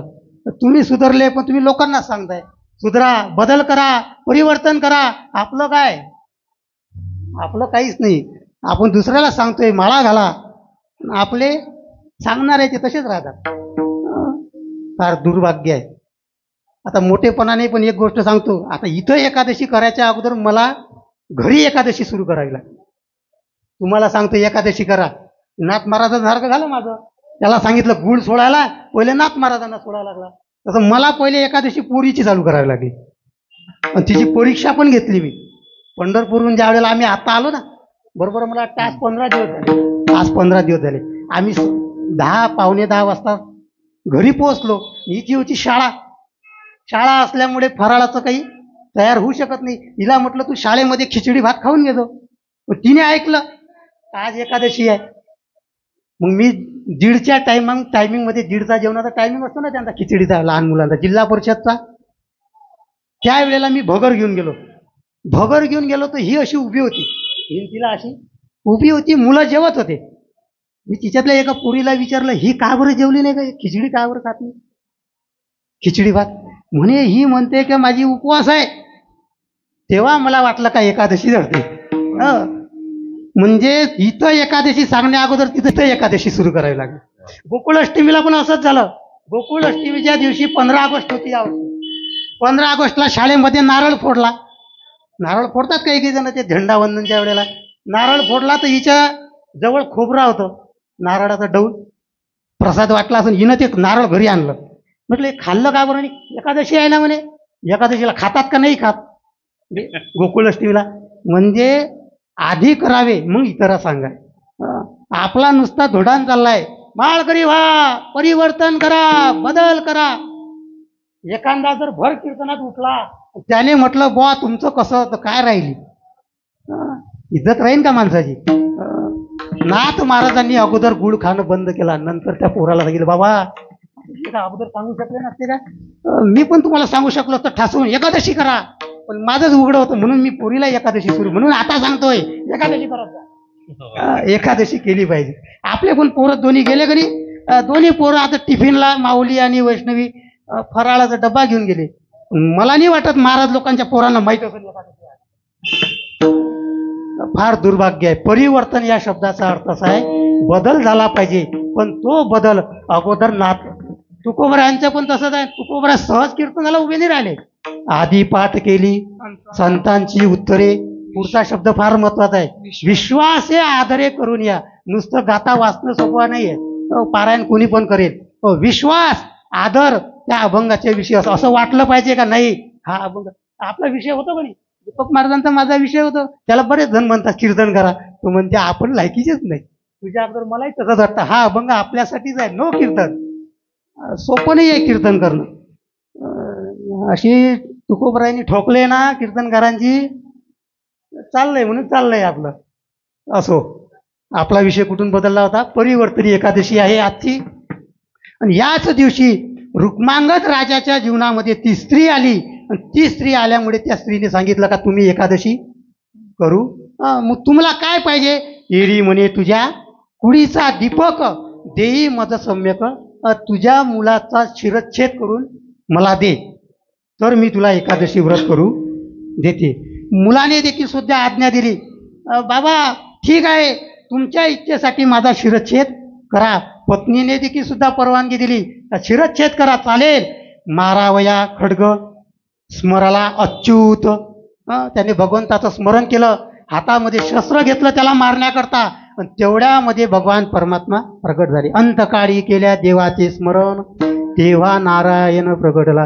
रुक्मांगदाकारणे एकादशीचा छंद तेने परमानंद प्रगट, तेने परमानंद प्रगट. रुक्मांगदाकारणे एकादशीचा छंद तेने परमानंद प्रगटला. तेने परमानंद प्रगट.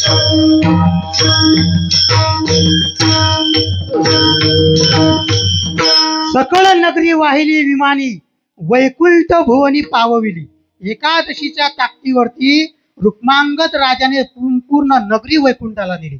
हे एकादशीचं काय आहे महत्व आहे. असंच एकादशीचं महत्व महाभारतामध्ये भगवान परमात्मा धर्मराजाला सांगत होते. युधिष्ठिराला एकादशीचं महत्व सांगत होते. सांगत कोणाला होते? युधिष्ठिराला सांगत होते, धर्मराजाला सांगत होते. तिथं भीम बसलेला होता.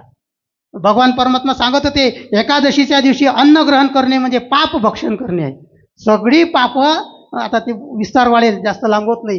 सगळी पाप एकादशीच्या दिवशी तुम्ही ऐकतात. आता दर एकादशीला अन्नाचा आश्रय करतात, म्हणून अन्न घरामध्ये शिजवू सुद्धा नाही. शिजवू नये अन्न. पाहुणा जर आला ना, उपाशीच गेला पाहिजे. जा उपाशी, उपवास कर. देवानंद महाराजांच्या लग्नाची पत्रिका घेऊन आला होता एक जण. आमच्याकडे ते पत्रिका आणतात ना, पोरीकडचे पत्रिका घेऊन येतात ना, तो पत्रिका घेऊन आला होता. आणि त्या दिवशी एकादशी होती. देवानंदची आई म्हणे मी करते यांना म्हणे पोहे वगैरे. तर अजिबात करायचे नाही. सोयरा असो का धायरा असो, फराळाचं कर. एक वैष्णवाच्या घरात एकादशीला अन्न शिजलंच नाही पाहिजे. दिवसभर चर फराळाचं, पण एकादशी कर. आमच्याकडे जी म्हण. मी लहानपणी एकादशी करायचो. कशासाठी? फराळासाठी. माझी सगळ्यात आवडती म्हणजे खिचडी असते. त्यावेळेस पासून ती सवय. काही का होईना हो, त्या आवडीले का होईना खिचडीच्या. आता माझी पोरगी एकादशी करते. कशासाठी? आमटीसाठी. आमटी केली का एकादशी असतं. कशा का निमित्ताने होईना, पण घरामध्ये अन्न शिजता कामा. अन्न जर एकादशीच्या दिवशी घरामध्ये शिजलं तर ते तुम्ही पाप शिजवता. कोणाचं? जे लोक एकादशी करत नाही त्यांचं पाप तुम्ही शिजवता. सगळ्यांनी एकादशी व्रत केलं पाहिजे. एकादशी व्रताचा हा महिमा आहे. धर्मराज असं महत्व. हे कोण सांगत होतं? भगवान परमात्मा धर्मराजाला सांगत होते महाभारतामध्ये. हे भीम ऐकत होता. जो एकादशीच्या दिवशी अन्न खातो त्याला नरकाची प्राप्ती होते. भीम म्हटला माझा नंबर पहिला. कारण की भीमाचा आहार महाभारतामध्ये असं सांगितले, त्याच्या पोटामध्ये वृक नावाची अग्नी होती. जठराग्नी वृक नावाची होती. ती वृक नावाची जठराग्नी त्याने कितीही खाल्लं भीमाने तरी ती पचवत होती. आपली पचवू शकत नाही. 7 मनका करे कलेवा. 7 मन. आता एक मन किती किलोचा असतो ते तुम्ही हिशोब नंतर करत बसा. 7 मनका करे कलेवा म्हणजे बालभोग. भीमाचा नाश्ता, भीमाची सकाळचा नाश्ता 7 मन त्याला लागायचं. मग आता दुपारचं जेवण याच्या दुप्पट असणच ना हो. तो भीमही तसाच होता. भीम गाय असा तसा होता का? भीम होता. आता त्याची कथा सांगितलं तर वेळ जाईल. ते ऐकत होता भीम. म्हणजे मला एका वेळेला 7 मनाचं जर खंडी अन्न लागतंय तर माझ्याकडून एकादशी होईल का? भीम म्हटला देवा मी नरकात गेल्याशिवाय. भगवान परमात्मा म्हटले तू कमीत कमी निर्जला एकादशी तर कर. वर्षातून एक डाव तरी निर्जला एकादशी तरी एक दिवस तरी तू कर. पण भीमाला असं वाटलं का? मग भीमाने त्या दिवशी मौन धारण केलं. कारण की जास्त बडबड केली तर माणसाच्या तोंडाला पाणी सुटतं. म्हणजे तोंड सुकून जातं, पाणी प्या वाटतं त्याला. म्हणून भीमाने मौन धारण केलं. तरी देखील सुद्धा भीमाच्याने राहवल्या गेलं नाही. शेवटी भीम पाण्यामध्ये जाऊन बसला. कारण की त्याचा जठराग्नी तापला. आता जो माणूस नाश्त्याला 7 खंड्या अन्न खातोय तो दिवसभर उपाशी राहतोय का? साधी गोष्ट आहे का? तो पाण्यामध्ये जाऊन बसला आणि थोडं शरीर शांत केलं. म्हणजे भीमासारख्याला देखील सुद्धा एकादशी करावी लागली. देवाच्या आत्ते भावाला आपण किस गली में खसखस आहे म्हणून एकादशी केली का? कळतंय का? एकादशी केली पाहिजे म्हणून रुक्मांगद राजाने एकादशीचं व्रत केलं आणि त्या एकादशीच्या जोरावरती वैकुंठ नगरी पावविली. वैकुंठामध्ये सगळी नगरी त्याची निघून गेली. पुढं असा प्रसंग आहे का दुसऱ्या चरणामध्ये महाराज सांगतायत का अजून एका जणाला याच एकादशीप्रमाणे ती एकादशी छोडण्याचा छंद होता. अंबरुची कारणे द्वादशीचा छंद. अंबरुची कारणे द्वादशीचा छंद. अंबरुची कारणे द्वादशीचा छंद. अंबरुची कारणे द्वादशीचा छंद. तेने परमानंद प्रगटला. तेने परमानंद प्रगटला. तेने परमानंद प्रगटला. तेने परमानंद प्रगटला. द्वादशीचा छंद. अंबरुची कारणे द्वादशीचा छंद. अंबरुची कारणे द्वादशीचा छंद. अंबरुची कारणे द्वादशीचा सीता शंकर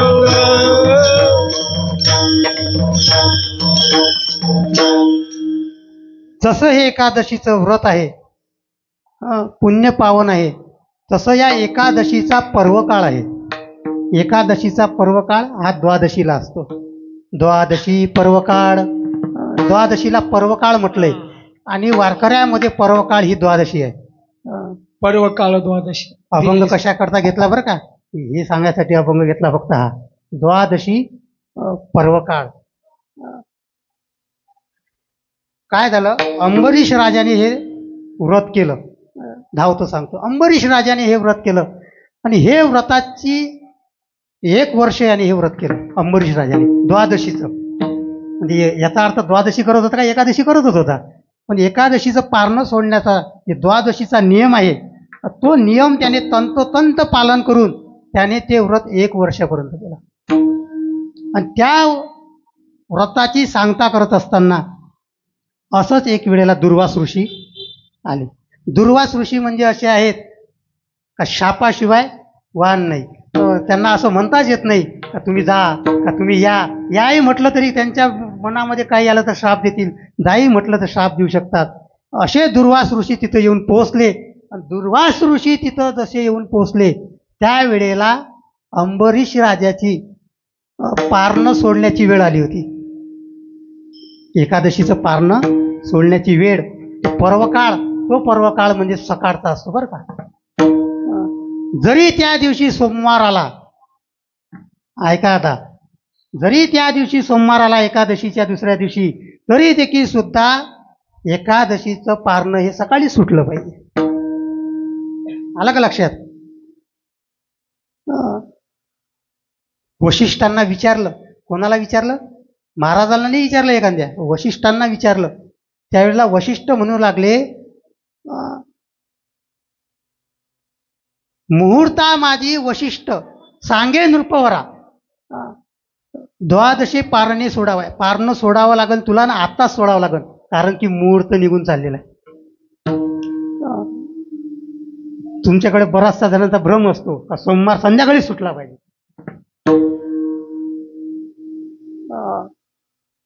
मला सांगा, जो भगवान परमात्मा त्या शिवाचं, जो भगवान परमात्मा शिवजी त्या विष्णू भगवंताचं स्मरण करतो, तो एकादशी करत नसेल का?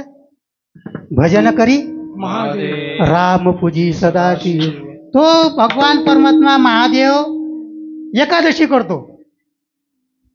आता म्हणजे याच्यामध्ये काय झालं माहिती आहे का, हरी हरा भेद. तुम्ही हरी आणि हरामध्ये भेद केला. अगोदर तुम्ही हरिदिनी धरली ना, दुसऱ्या दिवशी तुम्हाला सोमवार सकाळी सोडायला काय हरकत आहे? वाटल्यास दिवसभर तुम्ही फराळ करा. गंमत काय होते याच्यामध्ये तुमच्या संध्याकाळच्या उपवास सोडण्यामध्ये, का तुम्हाला एकादशीचं पुण्य प्राप्त होत नाही. आमच्या बोधेबाबाच्या मठामध्ये कदम माऊली वगैरे आता जेवढे साधू संत आहेत, मूर्ख माणसाकडे पाहून नका करू, पण कमीत कमी मोठ्यांचे नावं सांगते त्यांच्याकडे पाहून तरी तुम्ही जे व्रत केलं पाहिजे. का तिथं सकाळी सूर्योदय झाल्याबरोबर पंगत बसते. वास्तविक पाहिलं तर एवढ्या सकाळी जेवल्यानंतर दिवसभर भूक लागते, कारण की द्वादशीचा पण उपवास असतो. पण तरी देखील निर्जला एकादशीवाले असतात ते पण पारणं हे उपवास द्वादशी सकाळी सुटली पाहिजे. गंमत अशी झाली का या पारण्याच्या नादामध्ये अंबरीश राजाने दुर्वास ऋषीचा श्राप स्वीकारला, पण त्याने पारणं सोडलं. नंतर तो भाग वेगळा आहे का, तो श्राप भगवंताने अंबर्षी कारणे जन्मदहा घेतले नाही का, भगवंताने ते म्हणजे द्वादशीचं व्रत करत असताना जरी आपल्यावर कुठलाही आघात आला तरी देखील सुद्धा तो आघात भगवान परमात्मा स्वीकारतो. त्या भक्तावर संकट येऊ देत नाही. दुर्वास ऋषीचे किती नंतर हाल, 1 वर्षभर दुर्वास ऋषी फिरत होते. कशासाठी? सुदर्शन चक्राच्या तावडीतून सुटण्यासाठी 1 वर्ष फिरत होते. शेवटी भगवान परमात्म्याच्या जवळ गेले वैकुंठामध्ये, देवा तुमचं सुदर्शन पाठीमागं लागले, आवरा. भगवान परमात्मा म्हटले का, ते अहम भक्तो पराधीना, ते माझ्या ताब्यात नाही, पण मी माझ्या ताब्यात नाही. मी कोणाच्या ताब्यात आहे? भक्ताच्या. आणि ते सुदर्शन देखील सुद्धा चक्र कोणाच्या ताब्यात आहे? अंबरीश राजाच्या ताब्यात आहे. दुर्वास ऋषीला शेवटी शरण यावं लागलं कोणाच्या? द्वादशी करणाऱ्याच्या.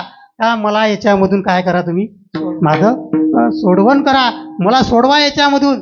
आणि परिणाम असा झाला का त्यांना तो श्राप मिळाला, तो भगवंताने स्वीकारला आणि नंतर त्याची ती सुटका वगैरे झाली. माझा सांगण्याचा मुद्दा एकच आहे का अंबरीशी कारणे हरिनामाचा द्वादशीचा छंद, तिने परमानंद भगवान परमात्म्याला प्रगट होऊन तो श्राप स्वतःवर घ्यावा लागला. एवढं द्वादशीचं काय आहे महत्व आहे. आलं का लक्षात? द्वादशी कधी सोडसान आता? संध्याकाळी, सकाळी. सोमवार आला तरी आला का लक्षात?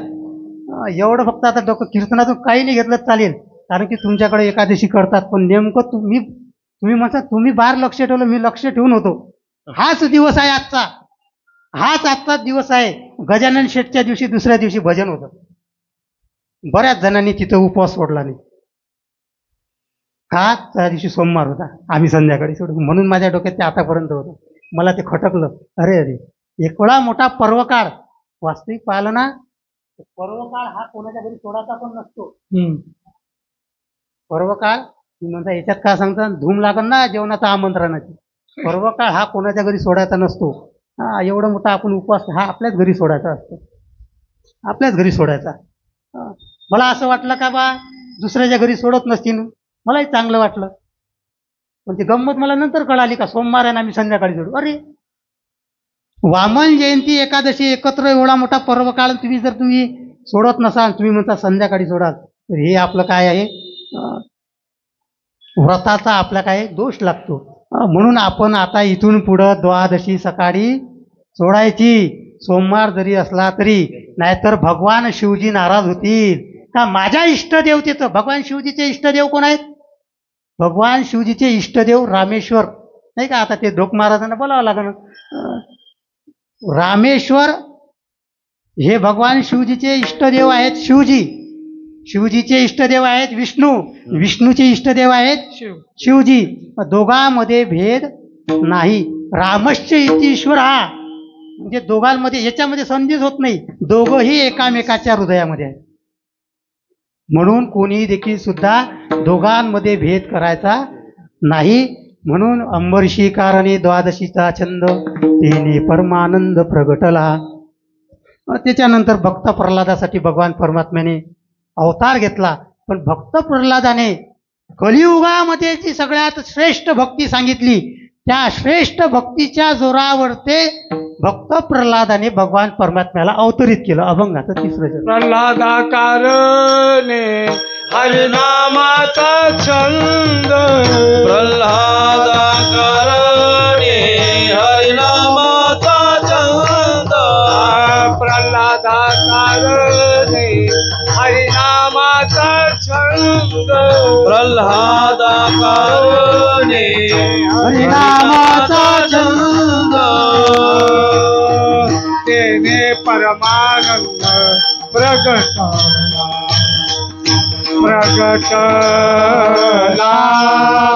तेने परमानंद प्रगटला, प्रगटला, तिने परमानंद प्रगटला, प्रगटा, तिने परमानंद प्रगटला.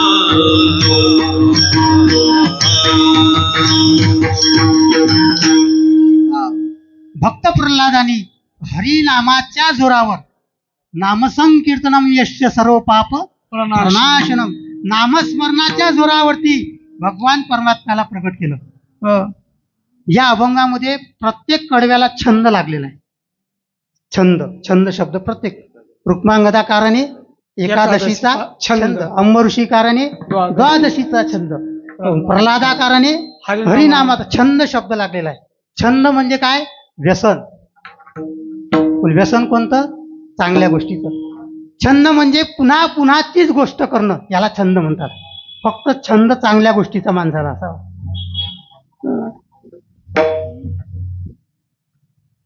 काय करू बहु वाटे आश्चर्य, काय करू आश्चर्य या वाटे नसत्या छंदाचे. तुकोबराय एका ठिकाणी म्हणतात आश्चर्य या वाटे नसत्या छंदाचे. काही जणांना नसता छंद लागलेला असतो. नसता छंद म्हणजे विनाकारणचा छंद. त्या छंदापासून काहीच प्राप्त होणार नाही असा काही जणांना छंद लागलेला असतो. काही जणांना लादी पुसण्याचा छंद असतो. वरून पाऊस पडतोय आणि ही ग्रिल पुसतोय. आणि पाऊस पडतोय ना ग्रिल पुसतोय. मी मला हसा येतं कधी कधी. मी दिवसभर बघत असतो. मी दिवसभर पाहत असतो. कास्तरी पुसन काचा त्या ग्रिलला कास्तरी पुसन ते लोखंडाचं ते काय स्टीलचं. पाऊस पडतोय हे पुसतेच कशाला. छंद हा छंद का विनाकारणचा छंद आहे. या छंदामधून काही मिळेल का? काहीच मिळेल. नुसतं पुसत असते. नाव नाही सांगत नाही. नाव सांगितलं यांना मग कळालं. हे हस्तक म्हणजे यांना कळालं. नुसतं पुसत असते. यांना कळालं म्हणजे यांच्या घरवाली कळलं नका जाऊ तुम्ही. ही नाही पुसत. तिचा नाही छंद. आमच्या घराला ग्रिलच नाहीये त्याच्यामुळे पुसण्याचा प्रश्न हाय. एखाद्या त्याला पुसतच राहते. छंदच मग व्यसनच म्हणावं लागेल ना. विनाकारण कामवाली पुसून गेली तरी पुसते. हा तर एकदमच छंद म्हणजे एकदम वाईट छंद झाला. निरर्थक छंद. छंद असावा माणसाला. चांगल्या गोष्टीचा छंद असावा. भगवान परमात्म्याचा नामाचा छंद असावा. लागला नामाचा छंद ऐकूनही वेणूचा नाद. भगवान परमात्म्याचा नामाचा छंद लागला पाहिजे. काही जणांना संसाराचा छंद आहे. काय सांगू असे नावं अशी माझ्या डोळ्यासमोर. त्याच्यात मी पण आहो ना. दुसऱ्याला कुठं म्हणत बसता. आपल्यावर पण घोंगलं संसार. पण ते काय करायचं घोंगलं अटकलंय बाबा. काही जणांना संसाराचा छंद आहे. पण त्या संसारामध्ये राहून देखील सुद्धा हरिनामाचा छंद माणसाला करता आला. काय तुका म्हणे सांडी संसाराचा छंद मग परमानंद पावशील मग परमानंद पाववील मग परमानंद पाववील मग परमानंद. तुका म्हणे सांडी संसाराचा छंद तुकाने साडी संसाराचा मग परमानंद मग परमानंद पाववील मग परमानंद पाववील मग परमानंद.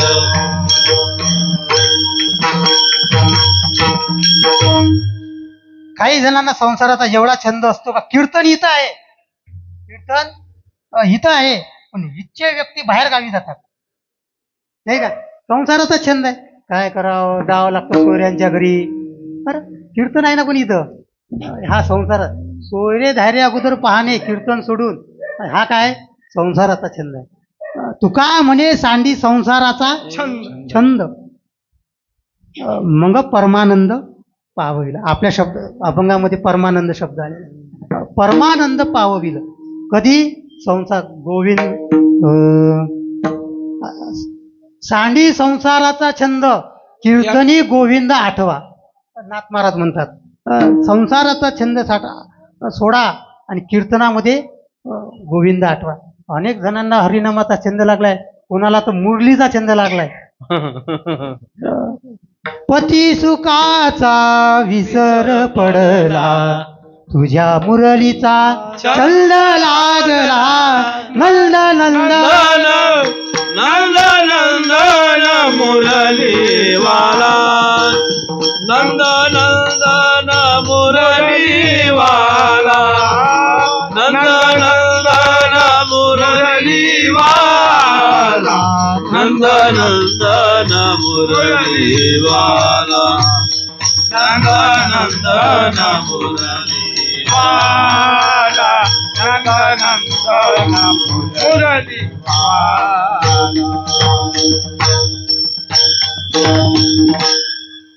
याला संसार टाकी संसाराचा सोडी रे छंद.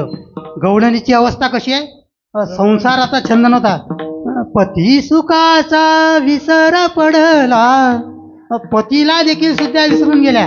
तुझ्या मुरलीचा छंद लागला. भगवंताच्या प्रत्येक गोष्टीचा छंद लागला पाहिजे, तो चांगला असतो. गोविंद गोविंद मना लागलिया छंद. गोविंदाच्या नामाचा छंद, नामाचा छंद लागणं हे कलियुगामध्ये चांगलं आहे, नाही का? कारण की कलियुगामध्ये नामस्मरणाशिवाय उद्धार नाही. म्हणून या कलियुगामध्ये नामाचा छंद लागला पाहिजे. भक्त प्रल्हादाने काय केलं? कुठली साधना केली भक्त प्रल्हादाने? कुठलीच साधना केली नाही, फक्त एकमेव ओम नमो भगवते वासुदेवाय, बस या मंत्राचा त्याने रात्रंदिवस जप केला. आता भक्त प्रल्हादावरती किती आघात आले हे तुम्हाला सगळे कथा माहीत आहे, स्मरण करा. पण त्याने कधी देखील सुद्धा भगवंताचं नामस्मरण सोडलं. मला वाटते वामन भगवंताचा पण अवतार देखील सुद्धा प्रल्हादाच्याच कुळामध्ये, बरोबर ना? बळीराजा प्रल्हादजींचे नातू. हा, बळीराजा. भगवान परमात्माला देखील सुद्धा अवतार घ्यावा लागला. कोणाच्या वंशामध्ये? वामन भगवंताचा. उद्याची जी जयंती आहे ती प्रल्हादाच्या वंशामध्ये जन्माला यावं लागलं. म्हणजे प्रल्हादाने एवढी ख्याती हरिनामावर करून घेतली का भगवंताला वेळोवेळी. दुसरी गोष्ट म्हणजे अशी का भगवान परमात्म्याने अनेक अवतार घेतले, पण अनेक अवतार अनेकांसाठी घेतले. मी काय बोललो लक्षात आलं का? त्या अवतारामध्ये जो अवतार भगवंताने घेतला त्या अवतारामध्ये फक्त एकाच जणाचा उद्धार नाही केला, अनेकांचा उद्धार केला. पण नरसिंह अवतारामध्ये भगवान परमात्म्याने फक्त एकमेव भक्त प्रल्हादासाठी अवतार घेतला. ही नामाची ताकद आहे, काहीच नाही, फक्त एकमेव प्रल्हादासाठी. प्रल्हादाकारणे स्तंभी अवतार केला, प्रल्हादाकारणे स्तंभी अवतार केला. विदारुणी दैत्य प्रेम पान पाजिला, विदारुणी दैत्य प्रेम पान पाजिला. पांडुरंगे जय हो पांडुरंगे, जीवाचे जीव लग जय हो पांडुरंगे.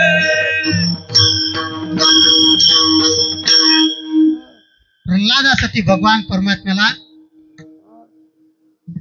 भागवतामध्ये फार गोड वर्णन आहे या कथेचं. ज्या वेळेला आता ते पिक्चर पण निघाले बघा, एक नरसिंहा पिक्चर निघाला. हे कशामध्ये बघतात? त्यासाठी 3D आम्ही बघितला बरं का.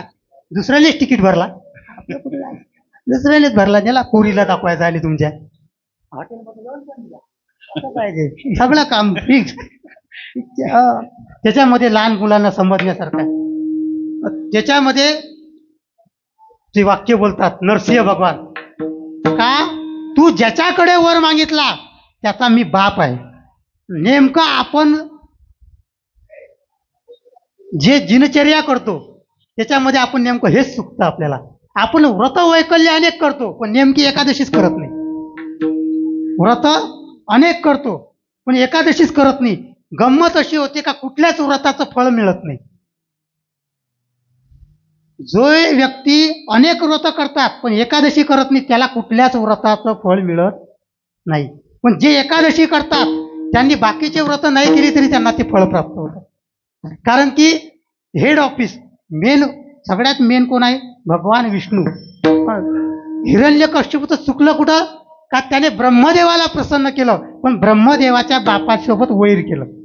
ब्रह्मदेवाच्या बापासोबतच जर मैत्रीचा भक्ती केली असती तर प्रश्नच मिटला असता. नेमकं त्याला शत्रू म्हणून समजला. म्हणून त्याच्यामध्ये ते वाक्य बोलतात नृसिंह बघा, मी तुला ज्याने वर दिलाय त्याचा बाप आहे मी. म्हणून मला काय म्हणतात? चतुरा तो शिरोमणी गुणला. भगवान परमात्मा किती चतुर आहे हो. त्याला ब्रह्मदेवाने वर दिला होता. ज्या वेळेला ब्रह्मदेव वर देऊन स्वर्गात गेले त्यावेळेला इंद्र म्हटला, ब्रह्मदेवा तुम्हाला काही कळतं का?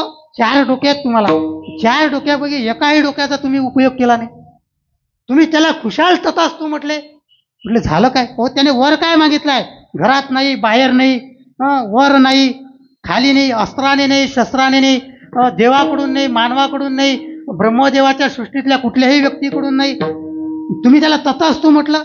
ब्रह्मदेव म्हटले बाबा माझा बाप लय हुशार आहे, मी काही जरी केलं तरी देखील सुद्धा याच्यातून पर्याय तो निवडते. भगवान परमात्म्याने नरसिंह अवतार धारण केला. कशा करता? भक्त प्रल्हादा करता. त्याच्यानंतर नामाची ताकद सांगतो आता. नामामुळे काय घडलं? नरसिंह भगवान परमात्म्याचा तो दाह शांत होत नव्हता, क्रोधायमान झाले होते, लाल भडक बुंद. आता ते वाघाचं स्वरूप सगळं लाल गळत होती, रक्त जीभ अशी बाहेर आलेली होती. कोणाला खाऊन काय पृथ्वी गिळून टाकू का काय करू असा आकाश. तेवढ्यामध्ये तिथं नारदजी आले. नारदजीने इंद्राला सांगितलं, इंद्रा तुमच्या देवता लोकांसाठी भगवान परमात्म्याने अवतार घेतलाय. तुम्हाला स्वर्ग पुन्हा प्राप्त, तुम्ही त्रस्त झाले होते याच्यापासून, तुम्ही जा देवाला शांत करा. ते म्हटले बाबा वाघाच्या तोंडात जो जाईल, वाघाला शांत करायला कोणी जाईल का? जो जाईल तो पहिलेच जाईल ना. जो वाघाला शांत करायला जाईल त्याचा पहिले नंबर लागेल, शांत करणं तर दूरच राहिलं. म्हटले एक काम करा, ही ज्याची बायको आहे ना, याची बायको आजीचा नवरा आहे ना, याच्या बायकोला बोलवा. बायकोमुळं माणूस लवकर शांत होतो असं नारदजी सांगतात बा. का बायकोमुळं माणूस लवकर शांत होतो. याच्या लक्ष्मीला बोलवा. लक्ष्मी आली, लक्ष्मीला सांगितलं तुमच्या मिस्टरांना शांत करा. एवढे मी शांत केलं असतं, पण हे स्वरूप मी पाहिलंच नाही कधी. असं स्वरूप मी कधी पाहिलं, नवऱ्याचं कधी कधी स्वरूप असं असतं तर ती बायकोनं कधीच पाहिलेलं नसतं. ती बायको जास्त वर गेल्याच्या नंतर तो त्या स्वरूपात येतो. मी हे स्वरूप कधी पाहिलं नाही, मी काही पुढे जाणार नाही, तुमचं तुम्ही पाहून घ्या. शेवटी नारदजींनी उपाय सुचवला का ज्याच्यासाठी अवतार झाला त्याला समोर पाठवा. आणि मग भक्त प्रल्हादाला समोर पाठवलं. आणि भक्त प्रल्हादाचं एवढी भगवंतावर निष्ठा का हा माझा भगवान परमात्मा आहे म्हणून तो निर्भीड, लहानचं बालक आहे हो, निर्भीडपणे त्या वाघाच्या डळकारी समोर पुढे गेला. आणि भगवान परमात्म्याने जसं त्याला पाहिलं नृसिंह, तसं त्याला मांडीवर उचललं आणि त्यालाच चाटायला लागले. नाम प्रल्हाद उच्चारी, नाम प्रल्हाद उच्चारी, नाम प्रल्हाद उच्चारी, नाम प्रल्हाद उच्चारी.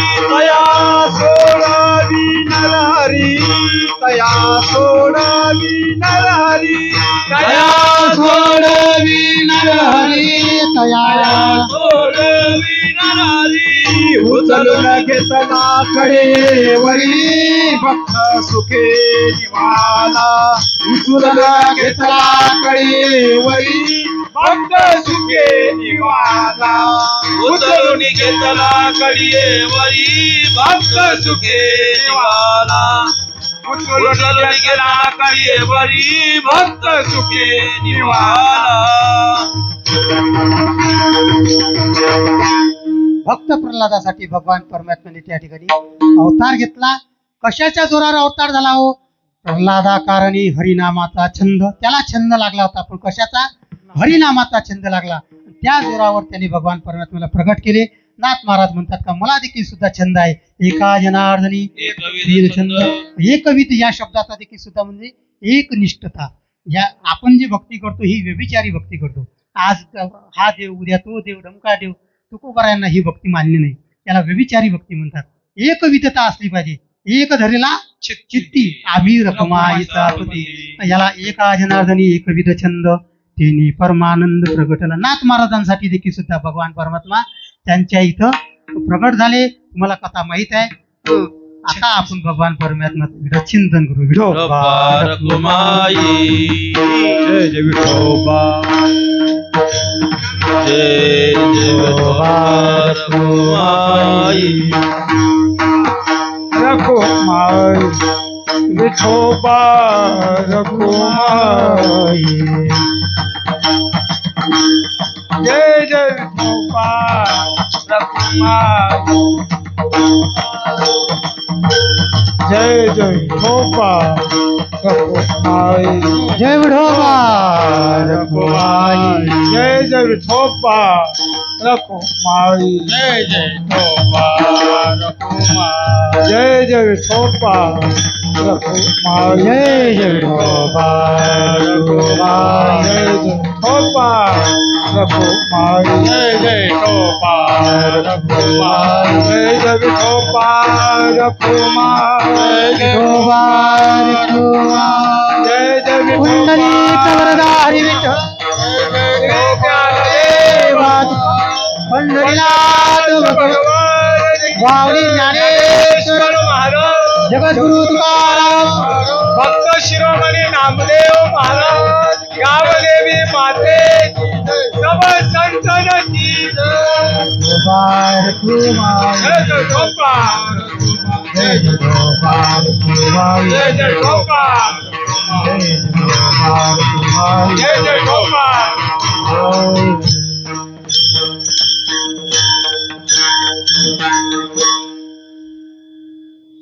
रुक्मांगदाकाराने एकादशीचा छंद तेने परमानंद प्रगटला अंबऋषीकाराने द्वादशीचा छंद तेने परमानंद प्रगटला कीर्तनाचा संहार आणि उपसंहार झाला पाहिजे. कीर्तनाचा उपसंहार करत असताना रुक्मांगदाकाराने एकादशीचा छंद माणसाने जीवनात एकादशी केली पाहिजे. एकादशीमुळं काय घडतं याची एक छोटीशी कथा सांगतो आणि आपली सेवा संपवतो. एकादशीमुळं काय घडलं हो. कल्याण मासिक मध्ये कथा आली आहे. कल्याण मासिक जुनं मासिक आहे, त्याच्यामध्ये कथा आलेली आहे. उत्तराखंड मधली कथा आहे बाहेरची. एका गावामध्ये एक साधू फिरत होते. संन्याशी होते, पण साधू फिरत असताना गावामधून फिरता फिरता गावाच्या एका वट्यावरती चौकडीवरती त्यांना एक बालक बसलेला दिसला. मुलगा लहान होता पण तब्येतीला चांगला होता, धष्टपुष्ट होता. त्याला विचारलं, का रे बालका तू इथं का बसलायस रे असा, तुला आई वडील वगैरे काही नाही काय. तो म्हटला, आपल्याला गरीबाला कुठं आले आई वडील, गरीबाला आई वडील नसतात का, गरीब जरी असला तरी आई वडील असतात, म्हणजे वारले असतील त्याचे. म्हणजे मला काही माहित नाही, माझे आई वडील लहानपणीच वारलेत. मग तू इथं राहतो, तुझं नाव काय आहे. म्हटला, मला माझं नाव काय आहे हे माहित नाही, पण मला या गावातले सगळे अडिया म्हणतात. काय म्हणतात, अडिया म्हणतात. अरे पण तुला अडिया का म्हणतात, कारण की मला रोज अडीच शेर अन्न खायला लागतं, जेवायला मला 2.5 शेर अन्न रोज जेवायला लागतं, त्याच्यामुळं मला सगळेजण काय म्हणतात, अडिया म्हणतात. ते म्हटले, संन्यासी बाबा तू आमच्या आश्रमात चालतो का. तो म्हटला, आपण वाटेल ते काम करतो, दुसऱ्या आश्रमात पण येतो, पण आपल्याला 2.5 शेर अन्न खायला मिळालं पाहिजे. चाल म्हणे, आपल्या आश्रमामध्ये भरपूर अन्नधान्य आहे. त्या साधू बाबा त्याला घेऊन आले. आश्रमामध्ये घेऊन आल्याच्या नंतर काय झालं गंमत, 15 दिवस गेल्यानंतर एकादशी आली. पण एकादशी आल्यानंतर जेवणाची वेळ झाली. हा विचार करतोय का आश्रमामधली अजून घंटी कशी वाजली नाही. मग हा किचनमध्ये गेला, स्वयंपाकगृहामध्ये गेला. तिथं जाऊन बघितलं तर सगळं सामसूम, कोणी काहीच बनवत नव्हतं, सगळेजण आपापल्या कुटियामध्ये बसलेले आहेत. त्याला राग आला. राग आल्यानंतर याने एका मुलाला विचारलं, आश्रमातल्या विद्यार्थ्याला, का रे आपल्या पाकगृह बंद आहे. म्हणजे आज एकादशी आहे, आज एकादशीच्या दिवशी काहीच खायचं नसतं, पाणी सुद्धा प्यायचं नसतं. तो म्हणे आता गुरुजीचीच काढतो. ते संन्यासी बाबाकडे गेला, गुरुदेवांना म्हटला, गुरुदेव तुम्ही आपल्याला असं सांगितलं नव्हतं का एकादशीच्या दिवशी उपवाशी राहावं लागतं. ते मला काही सांगायचं नाही, मला 2.5 शेर अन्न पाहिजे. आता मी आश्रम सोडून निघालो. गुरुजींचा नाईलाज झाला. गुरुजी म्हटले, तुला 2.5 शेर अन्न मिळेल, पण तुला उपवासाचं फराळ मिळेल. आणि ते फराळाचं तू आश्रमामध्ये शिजवायचं नाही, आश्रमाच्या लांब जायचं, तिकडं तुझी चूल करायची तूच, आणि तुझं तू शिजवून फराळाचं करायचं. त्या ठिकाणी त्याला भगर, शेंगदाणे, आमटी करायला मिरच्या, फराळाला जे साहित्य लागतं ना, ते सगळं फराळाचं साहित्य त्याला 2.5 शेर दिलं. लक्ष ठेवा, 2.5 शेर फराळाचं त्याला दिलं. तो गावाच्या बाहेर गेला, त्याने एक झाडाखाली अशी चूल बनवली, लाकडं गोळा केली, आणि 2.5 शेर त्याने ते भगर, आमटी वगैरे बनवली त्याच्या पद्धतीने. तेवढ्यामध्ये त्याला ते खाण्याच्या अगोदर स्मरण झालं. त्याच्या गुरुदेवांनी त्याला सांगितलं होतं, लक्षात ठेव, तू सगळं काही बनवल्यानंतर एका पात्रामध्ये सगळं काही काढायचं आणि ठाकूरजीला आवाज द्यायचा. कोणाला आवाज द्यायचा? तिकडं ठाकूरजी म्हणतात. भगवान कृष्णाला द्वारकेमध्ये पण ठाकूरजी म्हणतात. ठाकूरजीला आवाज द्यायचा आणि नंतरच तू भोजनाला सुरुवात करायची. याला ते गुरुदेवांचं वाक्य आठवलं. अरे गुरुदेवांनी सांगितलं होतं फराळ करायच्या अगोदर ठाकूरजीला आवाज द्यायचा. याने हात जोडले, डोळे बंद केले आणि आवाज दिला, हे गुरुदेव के ठाकूर जल्दी पधारो. ठाकूर कोणाचे? गुरुदेवाचे. याचा ठाकूरचा काही संबंध नाही. हे गुरुदेव के ठाकूर जल्दी पधारो असं म्हटल्याबरोबर वैकुंठामध्ये आवाज गेला. भगवान परमात्मा धावतच आले. याने डोळे उघडायच्या अगोदर फराळाला सुरुवात. त्याने डोळे उघडले. तो म्हणतोय, मी कोण आहे? नुसता आवाज दिला, गुरुदेव के ठाकूर पधारो. अरे पण गुरुदेवांनी सांगितलं कुठं होतं तू येतो म्हणून? फक्त आवाज द्यायचा असतो. तू कसा काय आला हे मला काही सांगू नको रे बाबा. तू आवाज दिला, मी आलो. तो म्हणे आपण उष्ट खात नसतो, कोणा जातीचा काय तू तुझं तू खा. या बिचाऱ्याने त्या दिवशी पाणीही पिला. ते भगवंताने ते सर्व फराळाचं खाल्लं. आश्रमामध्ये परत आला. परत आल्यानंतर पुन्हा 15 दिवसांनी एकादशी आली. हा गुरुदेवांकडे गेला. गुरुदेव, 2.5 शेरात भागणार नाही, तो येतो. तुम्ही म्हटले होते येत नाही, पण तो येतो. गुरुदेव म्हटलेले का आतापर्यंत आमच्यानी आला, तुझ्या कधी यायला लागला? जाऊ दे, तुझी भूक वाढली असेल, जा 5 शेर घे. 5 शेर फराळाचं दिलं त्याला. साबुदाणा काय, भगर काय, शेंगदाणे. गेला हा, चूल मांडली. आता दोघांच्या हिश्श्याचं बनवलं ना, 2.5 शेर त्याच्या हिश्श्याचं. याला वाटलं का हाही खादाळ असं, हाही 2.5 शेर काही. 5 शेर आणलं. 5 शेर फराळाचं तयार केलं. 2 ताटं तयार केली. आता एक याच्यासाठी, एक त्याने ठाकूरजीसाठी, गुरुदेवांचे. बरं का, याचा त्याचा काही संबंध नाही देवाचा. बरेच जण आपल्याला असंच म्हणतात बरं का, तुमचा देव बरा आहे म्हणतात. आमचाच देव, आम्हीच उक्ता घेतलाय. माळकऱ्यांची तर लय परिस्थिती गंभीर आहे. हे गुरुदेव, ज्याने ते 2 ताटं तयार केली, डोळे लावले, पुन्हा आवाज दिला, हे गुरुदेव के ठाकूर जल्दी पधारो. असं म्हटल्याबरोबर भगवान परमात्मा निघणार तेवढ्यात लक्ष्मीने गप्पन हात पकडला. मागच्या एकादशीला पळाले होते, घरचं फराळाचं वायाला गेलं. गेलते कुठं? माझ्या भक्ताने काय बनवलं होतं फराळाचं, त्याने आवाज दिला, मी चाललो. ते म्हटले मी पण येणार. याने डोळे उघडायच्या अगोदर दोघा नवरा बायकोनी फराळ सुरू. याने डोळे उघडले, अय बाबा, ही कोण आहे? म्हणे माझी बायको आहे. तुझं लग्न झालं तरी कधी? म्हणा असे तर ले आहेत, मलाच माहित नसतं आणि माझं लग्न कधी होतं, पत्रिका छापाचं काम नाही पडत. तो म्हणाले काय खादाळा कधी नवरा बायको, मला विचारलं सुद्धा नाही. दोघांनी सुरुवात केली. दुसरी एकादशी अडियाने दुसरी एकादशी निर्जला केली. तिसरी एकादशी आली. तिसऱ्या एकादशीला गुरुदेवांकडे गेला. गुरुदेव, त्याचं लग्न झालंय, तुम्हाला माहित नाही. नवरा बायको दोघंही आले होते. 5 शेरामध्ये भागणार नाही गुरुदेव, 7.5 शेर लावणं लागेल फराळाचं. गुरुदेव म्हटलं, गड्या तुझी भूक वाढत चालली, या आश्रमामध्ये आपल्या कमी नाही. पुन्हा त्याला फराळाचं दिलं. 7.5 शेर फराळाचं घेतलं. अडियाने ते शिजवलं, फराळाचं तयार झालं. आता अडियाने 3 पात्र तयार केली. 3 पात्र तयार केल्याच्या नंतर त्याने डोळे लावले आणि डोळे बंद केल्याच्या नंतर त्या ठिकाणी गंमत अशी झाली. त्याने हा आवाज दिला, गुरुदेव के ठाकूर जल्दी पधारो. जल्दी पधारो म्हटल्याबरोबर त्या ठिकाणी राम प्रभू, सीता माता या दोघे जण निघाले. ते बघितलं हनुमंताने म्हटलं, तुम्ही नवरा बायको दोघेही गेले होते मागच्या वेळेला, आता मी येतो. मागच्या वेळेला दोघं गेले होते, मी येतो. चाल म्हणे, फराळाची व्यवस्था केलेली आहे, चाल. तिघही जण आले. याने डोळे उघडायच्या अगोदर तिघांनी फराळ सुरू. तो म्हटला, हे कोण आहे माकड तुमच्या घरात? म्हणे, हे माझं वाहन आहे, माझा सेवक आहे. ते पहा तुमचं काय, तुम्ही माकडं देखील सुद्धा तुमच्या घरात आहेत. अरे माणसं तरी किती आहेत तुझ्या घरात? तुमचं काही बरोबर नाही म्हणे. तिन्ही त्यांनीच खाल्ले.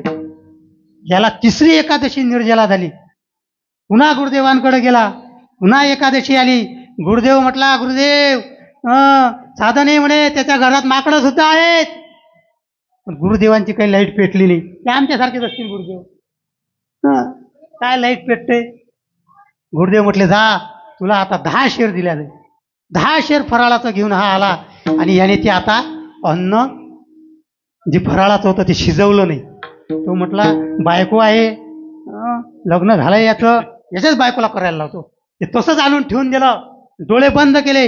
हे गुरुदेव के ठाकूर जल्दी पधारो असं म्हटल्याबरोबर राम लक्ष्मण जानकी जय बोलो हनुमान. लखनजी पण आले, हनुमानजी आले. खरे म्हटले फराळाचं कुठं आहे? मी बनवणार नाही, तुमचं तुम्ही बनवा, शिजवा, खा. मी तिकडच्या झाडाखाली जाऊन बसतो, माझं ताट मला आणून द्या, मी काहीच बनवणार नाही. कुठले कोण तुम्ही? तिथं मग लक्ष्मणजीने काळ्या गोळ्या केल्या, सीतामातेने भगर डोळ्या पुढे आणा, काय प्रसंग असेल, एकादशी केल्या तर काय फळ प्राप्त झालं असेल. सीतामाता अन्न फराळाचं तयार करते, रामप्रभू त्या ठिकाणी बसलेत, कधी फराळाचंही. हा बाबा लांब बसलाय, यांचा आणि माझा काहीच संबंध नाही, दुसऱ्या झाडाखाली बसला. तुमचं तयार झाल्यानंतर तुमचं काढा आणि माझं मला आणून द्या. 10 शेर अन्न शिजवल्या जाते. त्या ठिकाणी ते फराळ तयार झाल्यानंतर गंमत अशी होते का त्या ठिकाणी रामप्रभू देखील सुद्धा आता आपलं स्वतःचं ताट समोर घेत आहेत आणि पाणी फिरवत आहेत. पहिले हा पाणी फिरवायचा ना, आवाज द्यायचा, लगेच सुरुवात व्हायची. पण आता रामप्रभू आपल्या पात्राला पाणी फिरवत आहेत आणि आपल्या इष्टदेवतेला आवाज देत आहेत, हे ठाकूर पधारो. आता रामप्रभूचे ठाकूर कोण आहेत? शिवजी. शिवजी आले नंदीवर बसून. शिवजी जसे नंदीवर बसून आले तसा हा धावतच सुटला आश्रमाकडं. अडिया आश्रमाकडे धावत सुटला. यांना सांगून ठेवलं, माझे गुरुदेव आल्याशिवाय कुणी देखील सुद्धा फराळ करायचा. धावतच गेला. गुरुदेव ध्यानस्थ बसलेले, गुरुदेव लवकर चला, सगळे जमलेत, गुरुदेव आपल्या आश्रमातला आहेत, किती एकादशा झाल्यात, हेच खातायत, तुम्ही चला, तुम्ही त्या पंक्तीला हजर असलं पाहिजे. गुरुदेव म्हटला काय नाटकं करतोय, संपलं असं तिकडं, म्हणून मागायला पुन्हा आला. नाही गुरुदेव चला. ओढत ओढत ओढत ओढत अडिया शेवटी गुरुदेवांना तिथं घेऊन येतो. ज्या वेळेला गुरुदेव त्या ठिकाणी ती पंगत पाहतायत, गुरुदेव ज्या वेळेला ती पंगत पाहतायत, शिवजी बसलेले आहेत, पार्वती माता आहेत, नंदी विराजमान आहेत, रामजी आहेत, लखनजी आहेत, सीतामाता आहेत, हनुमानजी आहेत, पंगत बसलेली आहे. गुरुदेव ती पंगत पाहतायत आणि गुरुदेव आता साष्टांग दंडवत घालतायत. साष्टांग दंडवत घालत असताना प्रभूला घालत नाही तर अडियाला साष्टांग दंडवत घालतायत. विठाल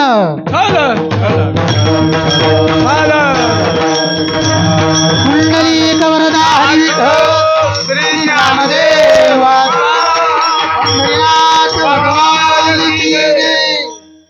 आणि अडिया त्या ठिकाणी गुरुदेवांना म्हणते, तुम्ही मला कशाला दंडवत घालताय? अरे गुरुदेव म्हणतायत, अरे आम्ही तप केली, नाना योग साधना केली, पण हा आमच्या स्वप्नात देखील सुद्धा आला नाही. तू माझ्या वचनावर विश्वास ठेवला आणि एकादशीचं निर्जल व्रत केलं आतापर्यंत.